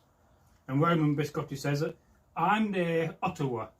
Right. Yes, yeah. we'll definitely go there. A friend of mine went there once. And Varangajar says Norse hospitality. And the Norse were very hospitable, weren't they? Yeah, well, I mean, it's part of the religious thing. I mean, a friend of mine, I was telling her I was learning the guitar. She sent me finger protectors. Oh, right. I've sent her a text saying thank Oh, you. that's and nice of everything. her. One of the best witches and wizards I've ever met. I'd love to meet her again, but she lives in Liverpool or around there. Well, we'll go there one day as well. Oh yes, we'll see. We'll do, when we do travel to these places, you'll probably see us dressed in modern clothing, and we'll do some filming. I've got to like tell you, Liverpool. I went to stay in Liverpool, and it was fantastic. There's Lime Street, just off there. There's the big museum. You go in, and they've got a fossil of a pterodactyl. Oh, right. And the restaurants, man, they're fantastic. I went to there's a thing called the Wakamaka Splasher. It's a DUK from World War II painted bright yellow. You actually go in from the Royal Dock up the Mersey and out again. Take a warm coat because it gets very cold. But went past where John Lennon had his first marriage, and up the hill. Chinatown is something I'd love to go to. It's like the gateway to Chinatown in Liverpool. Massive, great columns and an archway, all painted. It's beautiful. I'd love to go there because the Chinese restaurants apparently are fantastic. Well, one day we'll start travelling and going to a few sites. We'll have to Shopping, figure out a way how to put on Viking kit very quickly. maybe not advisable. I don't know. Well, certain sites may want to do that if you're going to go to like Stone Circle. I went there in when it was the City of European Culture. Tell you what, they've also got in the museum part of the Kudel Hoard Oh, yes. and their wildlife section. Woof, woof. You go up the stairs and there's a tank about the size of your trunk 5 lionfish in it. Oh, I thought you meant a tank, not a fish tank. Oh no, you're going to go to Salford for that.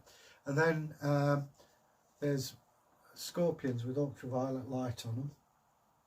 And there's amazing wildlife there in the museum itself that I would thoroughly recommend people visit. Now, if it's tank, bang, bang you want to see, there's the War Museum at Salford. And as you go in, there's a tank that was captured in the first war, you know, with Saddam Hussein. Oh, yes. And on the side is welded property of Corporal Walker. Ha! You go through the door and there's a Hawker Harrier strapped to the wall and a Willis Jeep. The restaurant there is superb. The museum shop is great. I got the 60-hour version of the Great War. It was shown in 1964 when I was a lad, and is brilliant. There was a Walther PPK, and that really wound you up. It's pointed right at your face. But there's also something from the Holocaust, the uniform, the clogs, and loads of photographs from the stars, which are very moving. Oh, yes. That I would suggest anybody going there, well worth a visit. And across from that is the Lowry Museum. Oh, right. Is it like a little guide to Liverpool here? Oh, this is Salford. Salford, I mean. Yeah. Liverpool itself is a lovely place. I love the people, I love the place. And I thoroughly recommend anybody who wants to go there, go there. So we've got a comment here from Ragnar Breaches. Hi, Ragnar. And they say, I'm chasing Egil's age. I remember the 70s and I wanted a pair of turn-up bow bottoms. Yeah. Could not afford so.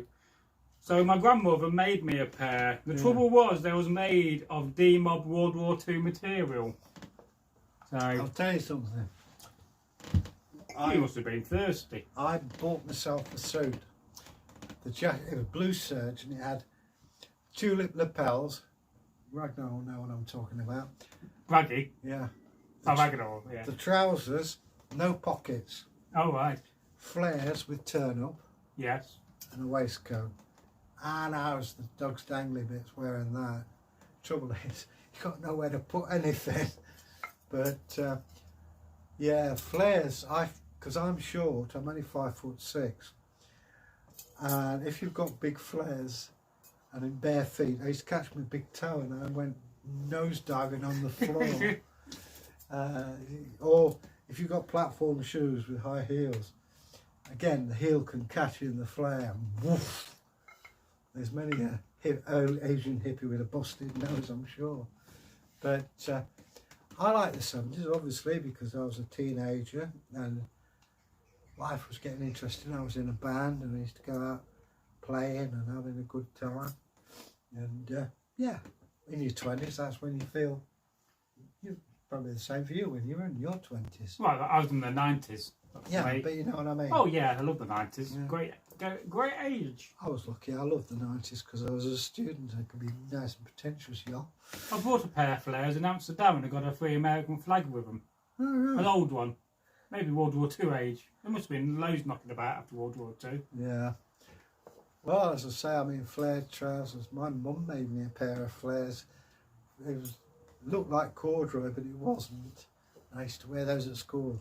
It's actually against regulations to actually turn your American flag into clothing. Because there's a number of regulations associated with the American flag. You're not allowed for it to fall on the ground, aren't you? No. And if it gets too tatty, you've got to burn it. Yes, it's a bit ironic when they go on about, well, you shouldn't burn our flag, but when the American flag gets very tatty and it can no longer service because it's no longer in the quality to be the American flag, they tell you to burn it, destroy it by burning. It's a bit ironic, isn't it? Well, it can't be any worse than us making underpants and vests out of our But it's flag. funny how we don't see our flag, the British Union Jack, or although some people say it's not called the Union Jack, it's called something else, isn't it? Union flag. Yes. So, But to be honest, I mean, I could see, you know, you've got all your states as stars, and if it wears out, you're obliterating the star. You're not representing your country. well, yes, but we don't have the same thing with our flag, do we? And I've got to say, thanks to America, we owe you a lot. You know, America gets slagged off, the presidents too, but we owe them a heck of a lot. If it wasn't for the Marshall Plan, mate, we'd have been in real trouble. Well, of course so, and thankfully the Americans helped us in World War II. But that's another story, as we often say, and perhaps one day we'll get Egil to do some content about World War II, because I thought you could talk about that for a long time, couldn't you? And World War One. Yes, your favourite era. Oh yeah. History. One of my other things is I collect war medals and stories. And it's the stories that we try and keep alive. You know, people live, people die, but their stories should live on. Well, of course so, yes. Men die, cattle die, thyself too will die. One thing that never dies is word fame. Well, you know, this is our word fame of the future, isn't it? You think about it.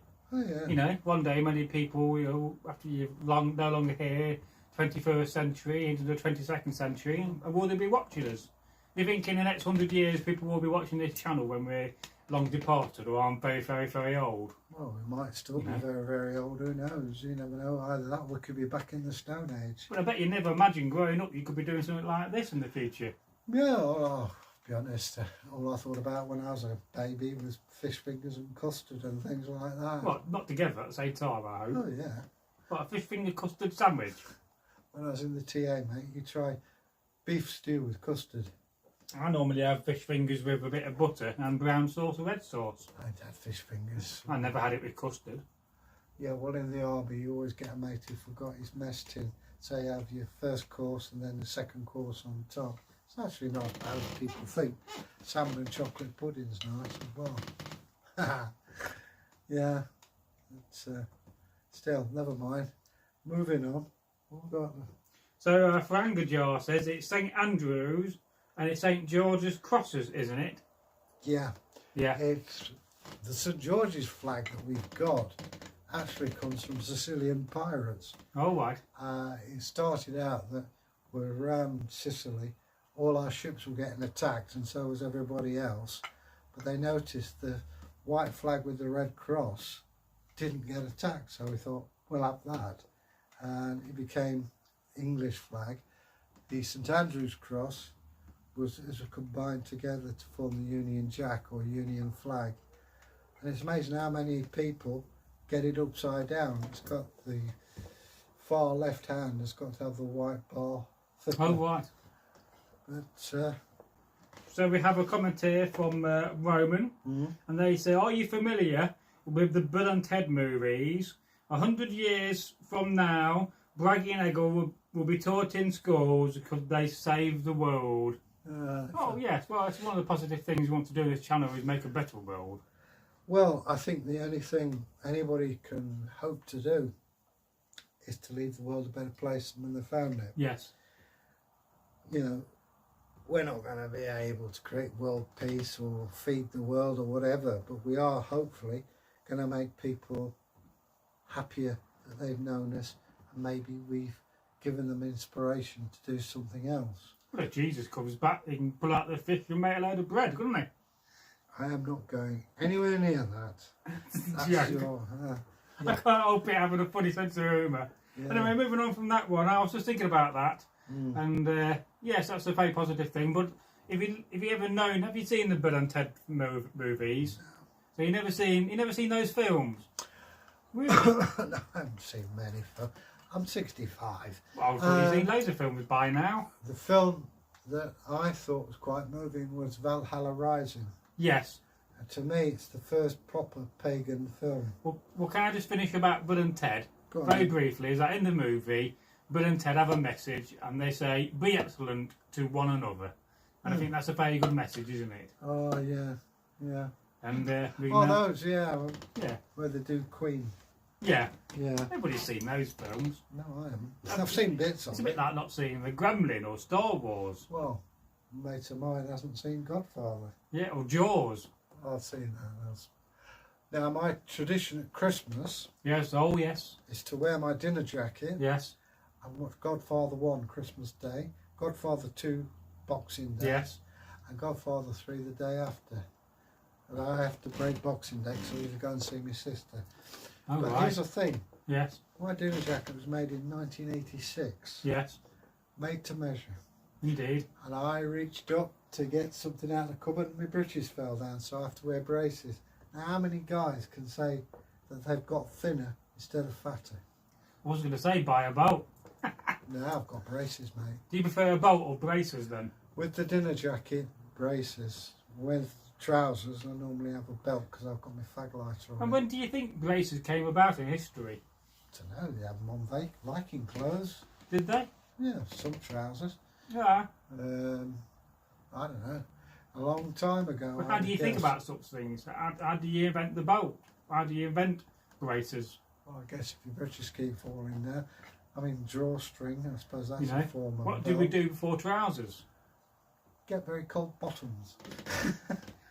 I mean, you think the Romans would have a skirter. Yes. And it was the British and the Germanic tribes who had trousers because it's colder.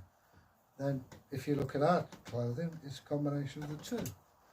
So, I guess around Norse times, I don't know. So Owen says, a follow-up comment, there's a third Bill and Ted movie coming next month. Oh, right. I've heard about that. Right. And there's a very popular Viking game coming out at end of the year, which I think we need to do a video reviewing the trailer to see how Norse and Viking it is, because that may give us more views and will be trending in the future. I like the Austin Powers movies. I think What, Gold Member? I've got that, and it's just, yeah, Egil Thorsson, Man of Mystery. I love it. And it's a good laugh. I like the Naked Gun films as well. Oh, they were funny, yes. I've got all three of them. What was that cock programme he was in beforehand? Oh, Police Squad. Yes, that was it. Yeah, that's what it's based on. Yeah. I like the aeroplane scene, it was just very funny. Yeah. I mean, could you get away with those sorts of films today? Do you know what? You could do anything you want. There's always going to be moaners, and we've given this platform to anybody. Well, I'm offended by. Well, I'm offended by you lot being offended. You know, just loosen up. Life's meant to be enjoyed. Have a bit of fun. You know, if you're offended, then don't watch it. You know what I mean? Well, yes. It's like you always used to get one at school and you used to moan, you know, and people just. Now we have a comment here from Brangajar going back to talking about trousers. Oh yeah. And they say there is evidence, if I'm not mistaken, of Neolithic trousers. Which I agree with you. Wouldn't surprise me in the least. Yeah, because I mean, Ice Age, it gets a bit chilly, doesn't it? Of course so, yes. But the thing I found, and this is related to it, you talk about cavemen, you think of, you think of people with bear skins going hug. Well, they found an ivory figurine of a woman with dreadlocks and a fabric dress on, carved in mammoth ivory. So, yeah, trousers. Makes sense. You don't want to freeze to death. I'm not being indelicate, but without trousers, you're going to suffer in an ice age. So, what do you know about the Rosetta Stone? Rosetta Stone. God, that's now, I can tell you it was found in 1799. I can tell you it was found by a French Napoleonic soldier. It was the first time that archaeologists were able to translate ancient Greek and ancient Egyptian hieroglyphs. I think Curvilinear B. What was the third language on the stone? I forget. I think it was Sumerian. Yeah, or Hebrew. It may have been Sumerian. What was it Jesus spoke? Hebrew. No, didn't speak that. Sumerian or something like that. Aramaic. Aramaic, yes. Well, you said everything I know about it. I know that we went to great lengths to get there, and the French guy sent translations to sent keys, copies of it to all the intellectuals, and he got cracked. But apart from that, that's as far as I know. It was a question the other day on the question of the day on Alexa. Oh, right. Okay. Alexa's always teaching me new things, Egil. Who's Alexa? Alexa, it's AI. In my room, I've got this little speaker. Artificial intelligence. Yes, you know what that is. Hey, bloody hell, you know something, Egil. Yeah. And so I can go up to it, I can go, Alexa, can you set a reminder for 5 hours or I can get her to answer questions. We might do a video in the future where we actually interview Alexa about Viking things. My mate Anthony had this phone where you ask questions. Yes. And I upset the thing by saying, "How do you milk chocolate?" Couldn't answer. Yeah, well, they can't answer everything. I know, but it's really fun confusing it. What was it? So, any more questions? Well, we do start thinking about winding up this live stream. So you've been on camera quite a bit now. Yeah. Let's just talk about how are you finding this is your second live stream in 2 weeks. You've done a handful in the past, previously. So how are you finding live streams, and what are you learning? I'm learning that I can ramble on about all sorts. You know, I've also learned that when I get in tonight, I will be very tired. I've actually got my dinner ready. Yes. Because last time I sat there, and if it wasn't for your cake, I wouldn't have eaten. So, What was that cake like? bit dry, but very nice. One of them was a bit dry. No, it's very nice. Got fruit and I can nuts send you in back it. with a slice of banana cake tonight. Woof.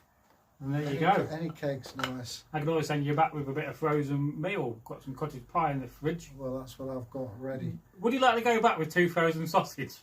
Well, I'd like to go back with some bread if you hint, because I'm out. Oh, you need some bread, do you? Well, I've I've got to make some bread. Yeah. It's going to make some damper. Apparently there's been a shortage of flour. Yeah, they have, because I always keep strong flour and yeast. Yes. And it was only since beginning of the 27th of this month that I've been able to get strong flour and yeast. Why? I think it's because they've been concentrating on knocking out loaves. Well, yes. You know, because I can see the point. You know, everybody needs bread, but not everybody makes it or knows how to make it. So I have a question here going back to the runes. Go on then. This is from Rune C. Aye. And they say, I have a question about the rune after Lagus. Is that the fire rune, Ing? Ing. That one. Ing it's to inspire ideas. It represents the scrotal sac. In the Northumbrian one, you've got 2 crosses, one above the other. Yes. But yeah, it's new ideas, new concepts, births of new ideas, the seeds of birth. So is associating runes with the likes of stones or crystals and plants, is that a more of a modern concept in rune knowledge? Or did the Vikings understood that runes associated with such different things? Or gods were even? If you're looking at methods, it all goes back to the ancient Egyptians. Well, yes. The Coptics, there are 24 runes, 24, the tarot card, all of that goes all the way back. I Ching, I think that's independent of ancient Egypt, but there are a lot of parallels between ancient Egypt and... Right, I've heard that before, yes. But the I Ching, I mean, you've got a massive book, but I've never used it. It's horses for courses. Some people swear by the tarot or runes and others don't, and I'm into runes. So just going back to the Rosetta Stone, a little comment from Farangajar, and you know, you guys always leave great comments, and we do thank you for that, don't we? Yeah. All? And they say the Rosetta Stone was inscribed with Egyptian hieroglyphs, Demotic script and Greek script. Demotic, yeah. Yes. Thank you for that. You see, this is why we want your comments, because, you know, we rake in these things up sometimes from the top of our heads, and you guys know about it. Tell us, because that's how we learn as well. I mean, that's the thing about doing sometimes these random live streams we do. We can pretty much talk about any subject, can't we, to a degree? Well, to be honest, a lot of the stuff I talk about is 40 years, you know, from my student days, and I'm trying to bring them out. But other things, you know, it's like anything else. And if we get it wrong, you know, we're only too pleased to admit our mistakes and to correct them. Hence, the Sutton Hoo ship I said hadn't got a sail. Well, it has had a sail, because I read the book, did a bit of research for once in my life. I'm still reading that book, and I've got to learn about the Northumbrians. So if I could borrow your rune book on Northumbrians. Yeah, I don't think how far it goes on to the Northumbrian runes, but you can borrow it. If not, we can buy you one in. Yeah. I got a book coming this week about Northumbrian Anglo-Saxon, and the Anglo-Saxons of Northumbria. I thought it would be interesting, and I'm always buying more books. That one are about peace weavers and women in the early medieval ages. Looks quite interesting. There's a book you might find useful by Judith Jesh at Nottingham University, Anglo-Saxon Women. Tyke's got a copy. No, I think I may have that one. WNC says, I work with the runes myself, but I have to say it's very powerful as I have so much respect for them. It is very transformative.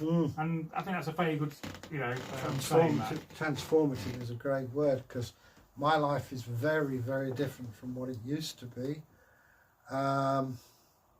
It's like I say, I had been a Christian and I just found it.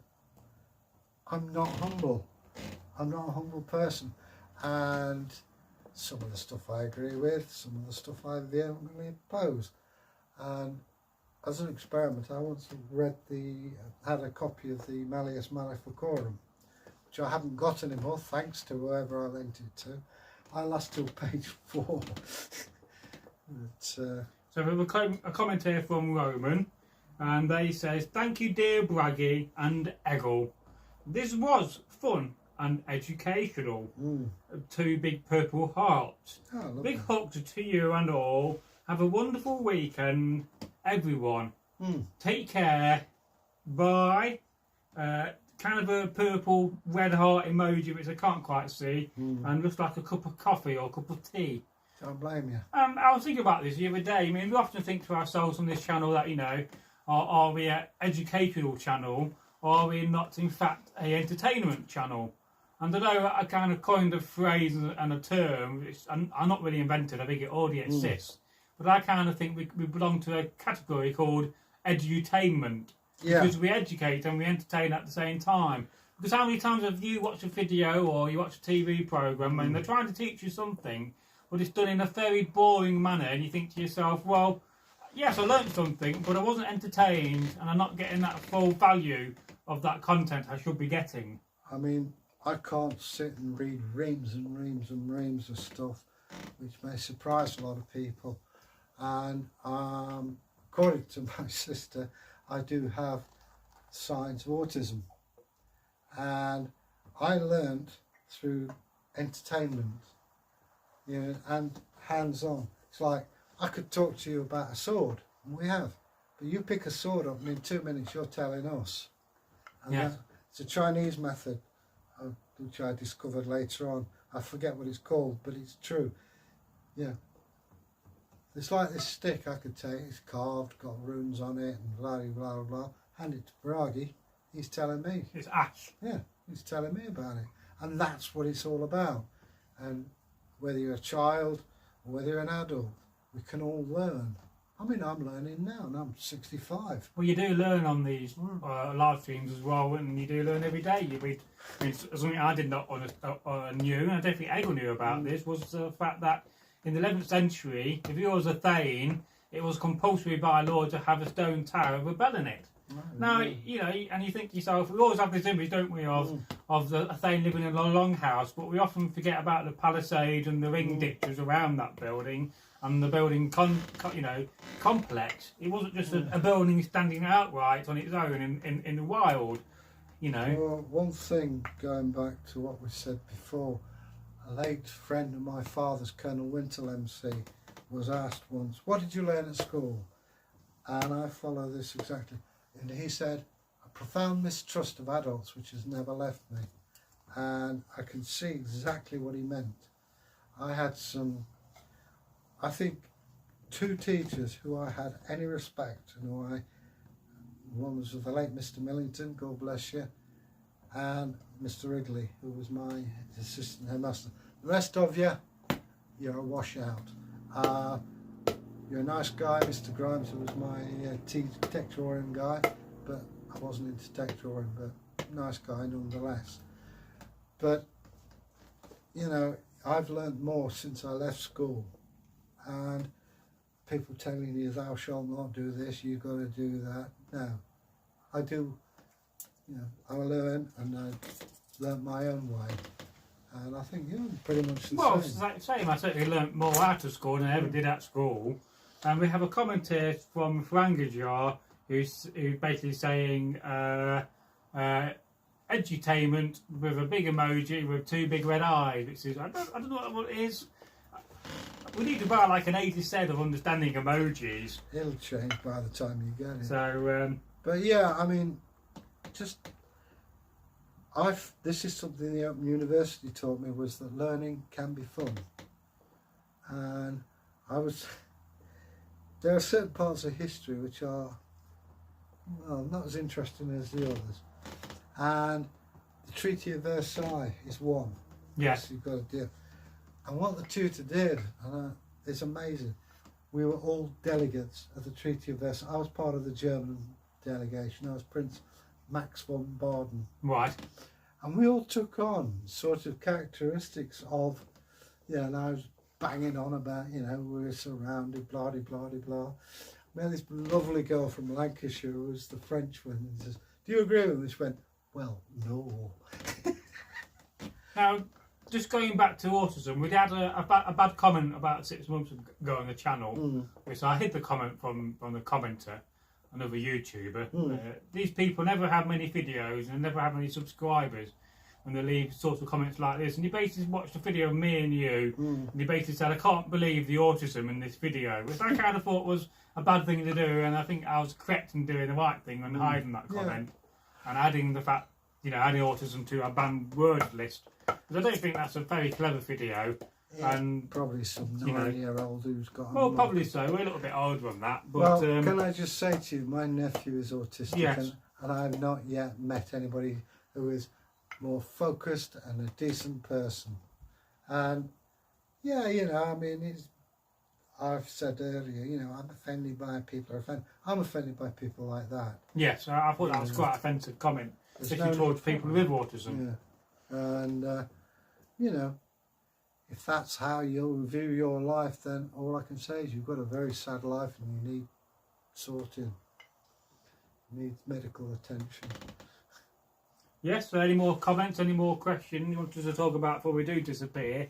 And I don't mean in a magical sense like magicians do. If only we had a budget for a smoke machine, we could both put it on now and slowly slink out of here. Well, I could have got me pipe. Well, that's at home. Well, yes, but I'll be coughing my guts up and through the fog of smoke, The amazing Nicotino.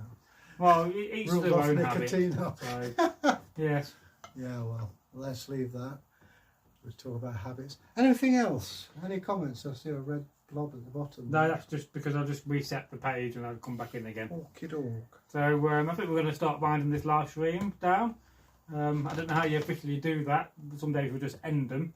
So do you have any wise words you want to be departing on? Have you thought about anything you want to say at the end of this video? Not that, just other than please be safe. Take notice of what people are saying. Be kind to each other and stay safe. And if you've got any if you feel alone or whatever, tell somebody. You kind of got me thinking there, but we'll just talk about the next live stream, which we're planning. Go on. So, when do you want the live stream next? Do you want to do it a week Friday, or do you want to do one on Monday when you come up? Well, should we do it if we do it on Fridays and then we do Right. normal stuff on Monday? Yeah, well, we do need to do some more normal filming rather than doing a live stream. Folk stories, folk tales. Well, we need more. Well, we need longer folk tales from you, and we need more historical content. So perhaps on Monday we'll do that. Have you heard about the empty barn story? You told that last time. Yeah, I'll tell it again. Yeah, well, you're going to get your timing right this time. No, nothing in it. So that there was the story about the old empty barn. I've heard this. There was nothing in it. Yeah, that was off Dad's Army. It was a deed of Dad's Army. John Laurie, the great actor. But he is a great actor, John Laurie. Well, no, he's dead. But Right. yeah, he was in his day. Back in the day, he was a very good actor. Apparently, he was very much like the character Fraser. Well, he's Scottish, you can imagine that. Well, he was sort of saying, I was in Shakespeare, now I'm doing this rubbish. Yes. So I thought I had somebody coming upstairs. No, so the next live stream, what we're going to plan to do is do a live stream talking about mental health and mental well-being, because we think it's one of those subjects which I'm sure you talked about last time, and you thought it was quite popular to talk about it. We can start advertising it from today tonight, but give it a little bit of time to build up, and we can talk about mental well-being. And I thought we could talk about the fact that men don't like going to the doctors, because I think that comes into that aspect, and also about the function when you can't get it working downstairs, because I think a lot of men also don't actually talk about such things. And it's crazy, because there are drugs out there. Yes. I complain. I'm diabetic, and my little brown buddies keep me going. Well, blue, aren't they? But, no, that's Viagra. I'm Levitra. Oh, right. You see, there's little differences right Yeah, now. well, I think we should talk about such things, because I was talking about this with my friend Paul. He's a good friend of the channel. He's recently made us the new banner of the channel, to say thank you to Paul for doing that. Thank you, Paul. And he's made us 1 or 2 thumbnails. He keeps promising to do some more, but he's not done any yet. But I know he himself has been suffering with his mental health. And, he's like committed it to me and saying I'm struggling with mental health. And, Let's put it this way. If you break your arm, you go to hospital, A&E. Yes. And if it's in here, still Where do go you there. I mean, we're not experts, but that's going to be the next theme of the live stream. Because I think it's a good idea to perhaps kind of schedule these live streams with some kind of order what we're going to talk about. We've all had depression or been upset at some times. And, I lost a mate through depression, bipolar. She hanged herself. Yes. And I miss her very much. She was very dear to me. And I wouldn't like to see anybody else go through that. So, Vanguard says, good hunting, friends. So watch out for that live stream next Friday. All being well, if it don't rain and your sister don't come up, you'll get over. And the idea, if you're not there, then I'll step in and just do a general live stream where I read comments. So that's it for now. Goodbye. Don't forget to share this, leave a comment in the traditional way. And subscribe. And in your famous words, what should they do is stay groovy and press that bell. And RNC says, I look forward to the next live stream. I will try to make it earlier in the next live stream. Yeah, and they're generally going to start 3 o'clock Greenwich Mean Time. So that's the clue. It'll be scheduled from tonight tomorrow, so watch out for that. Okie dokie. So yes, thank you very much. I've enjoyed this. To stay there for a minute, Egil, as we say goodbye on this. When I figure out how to do it, there we go.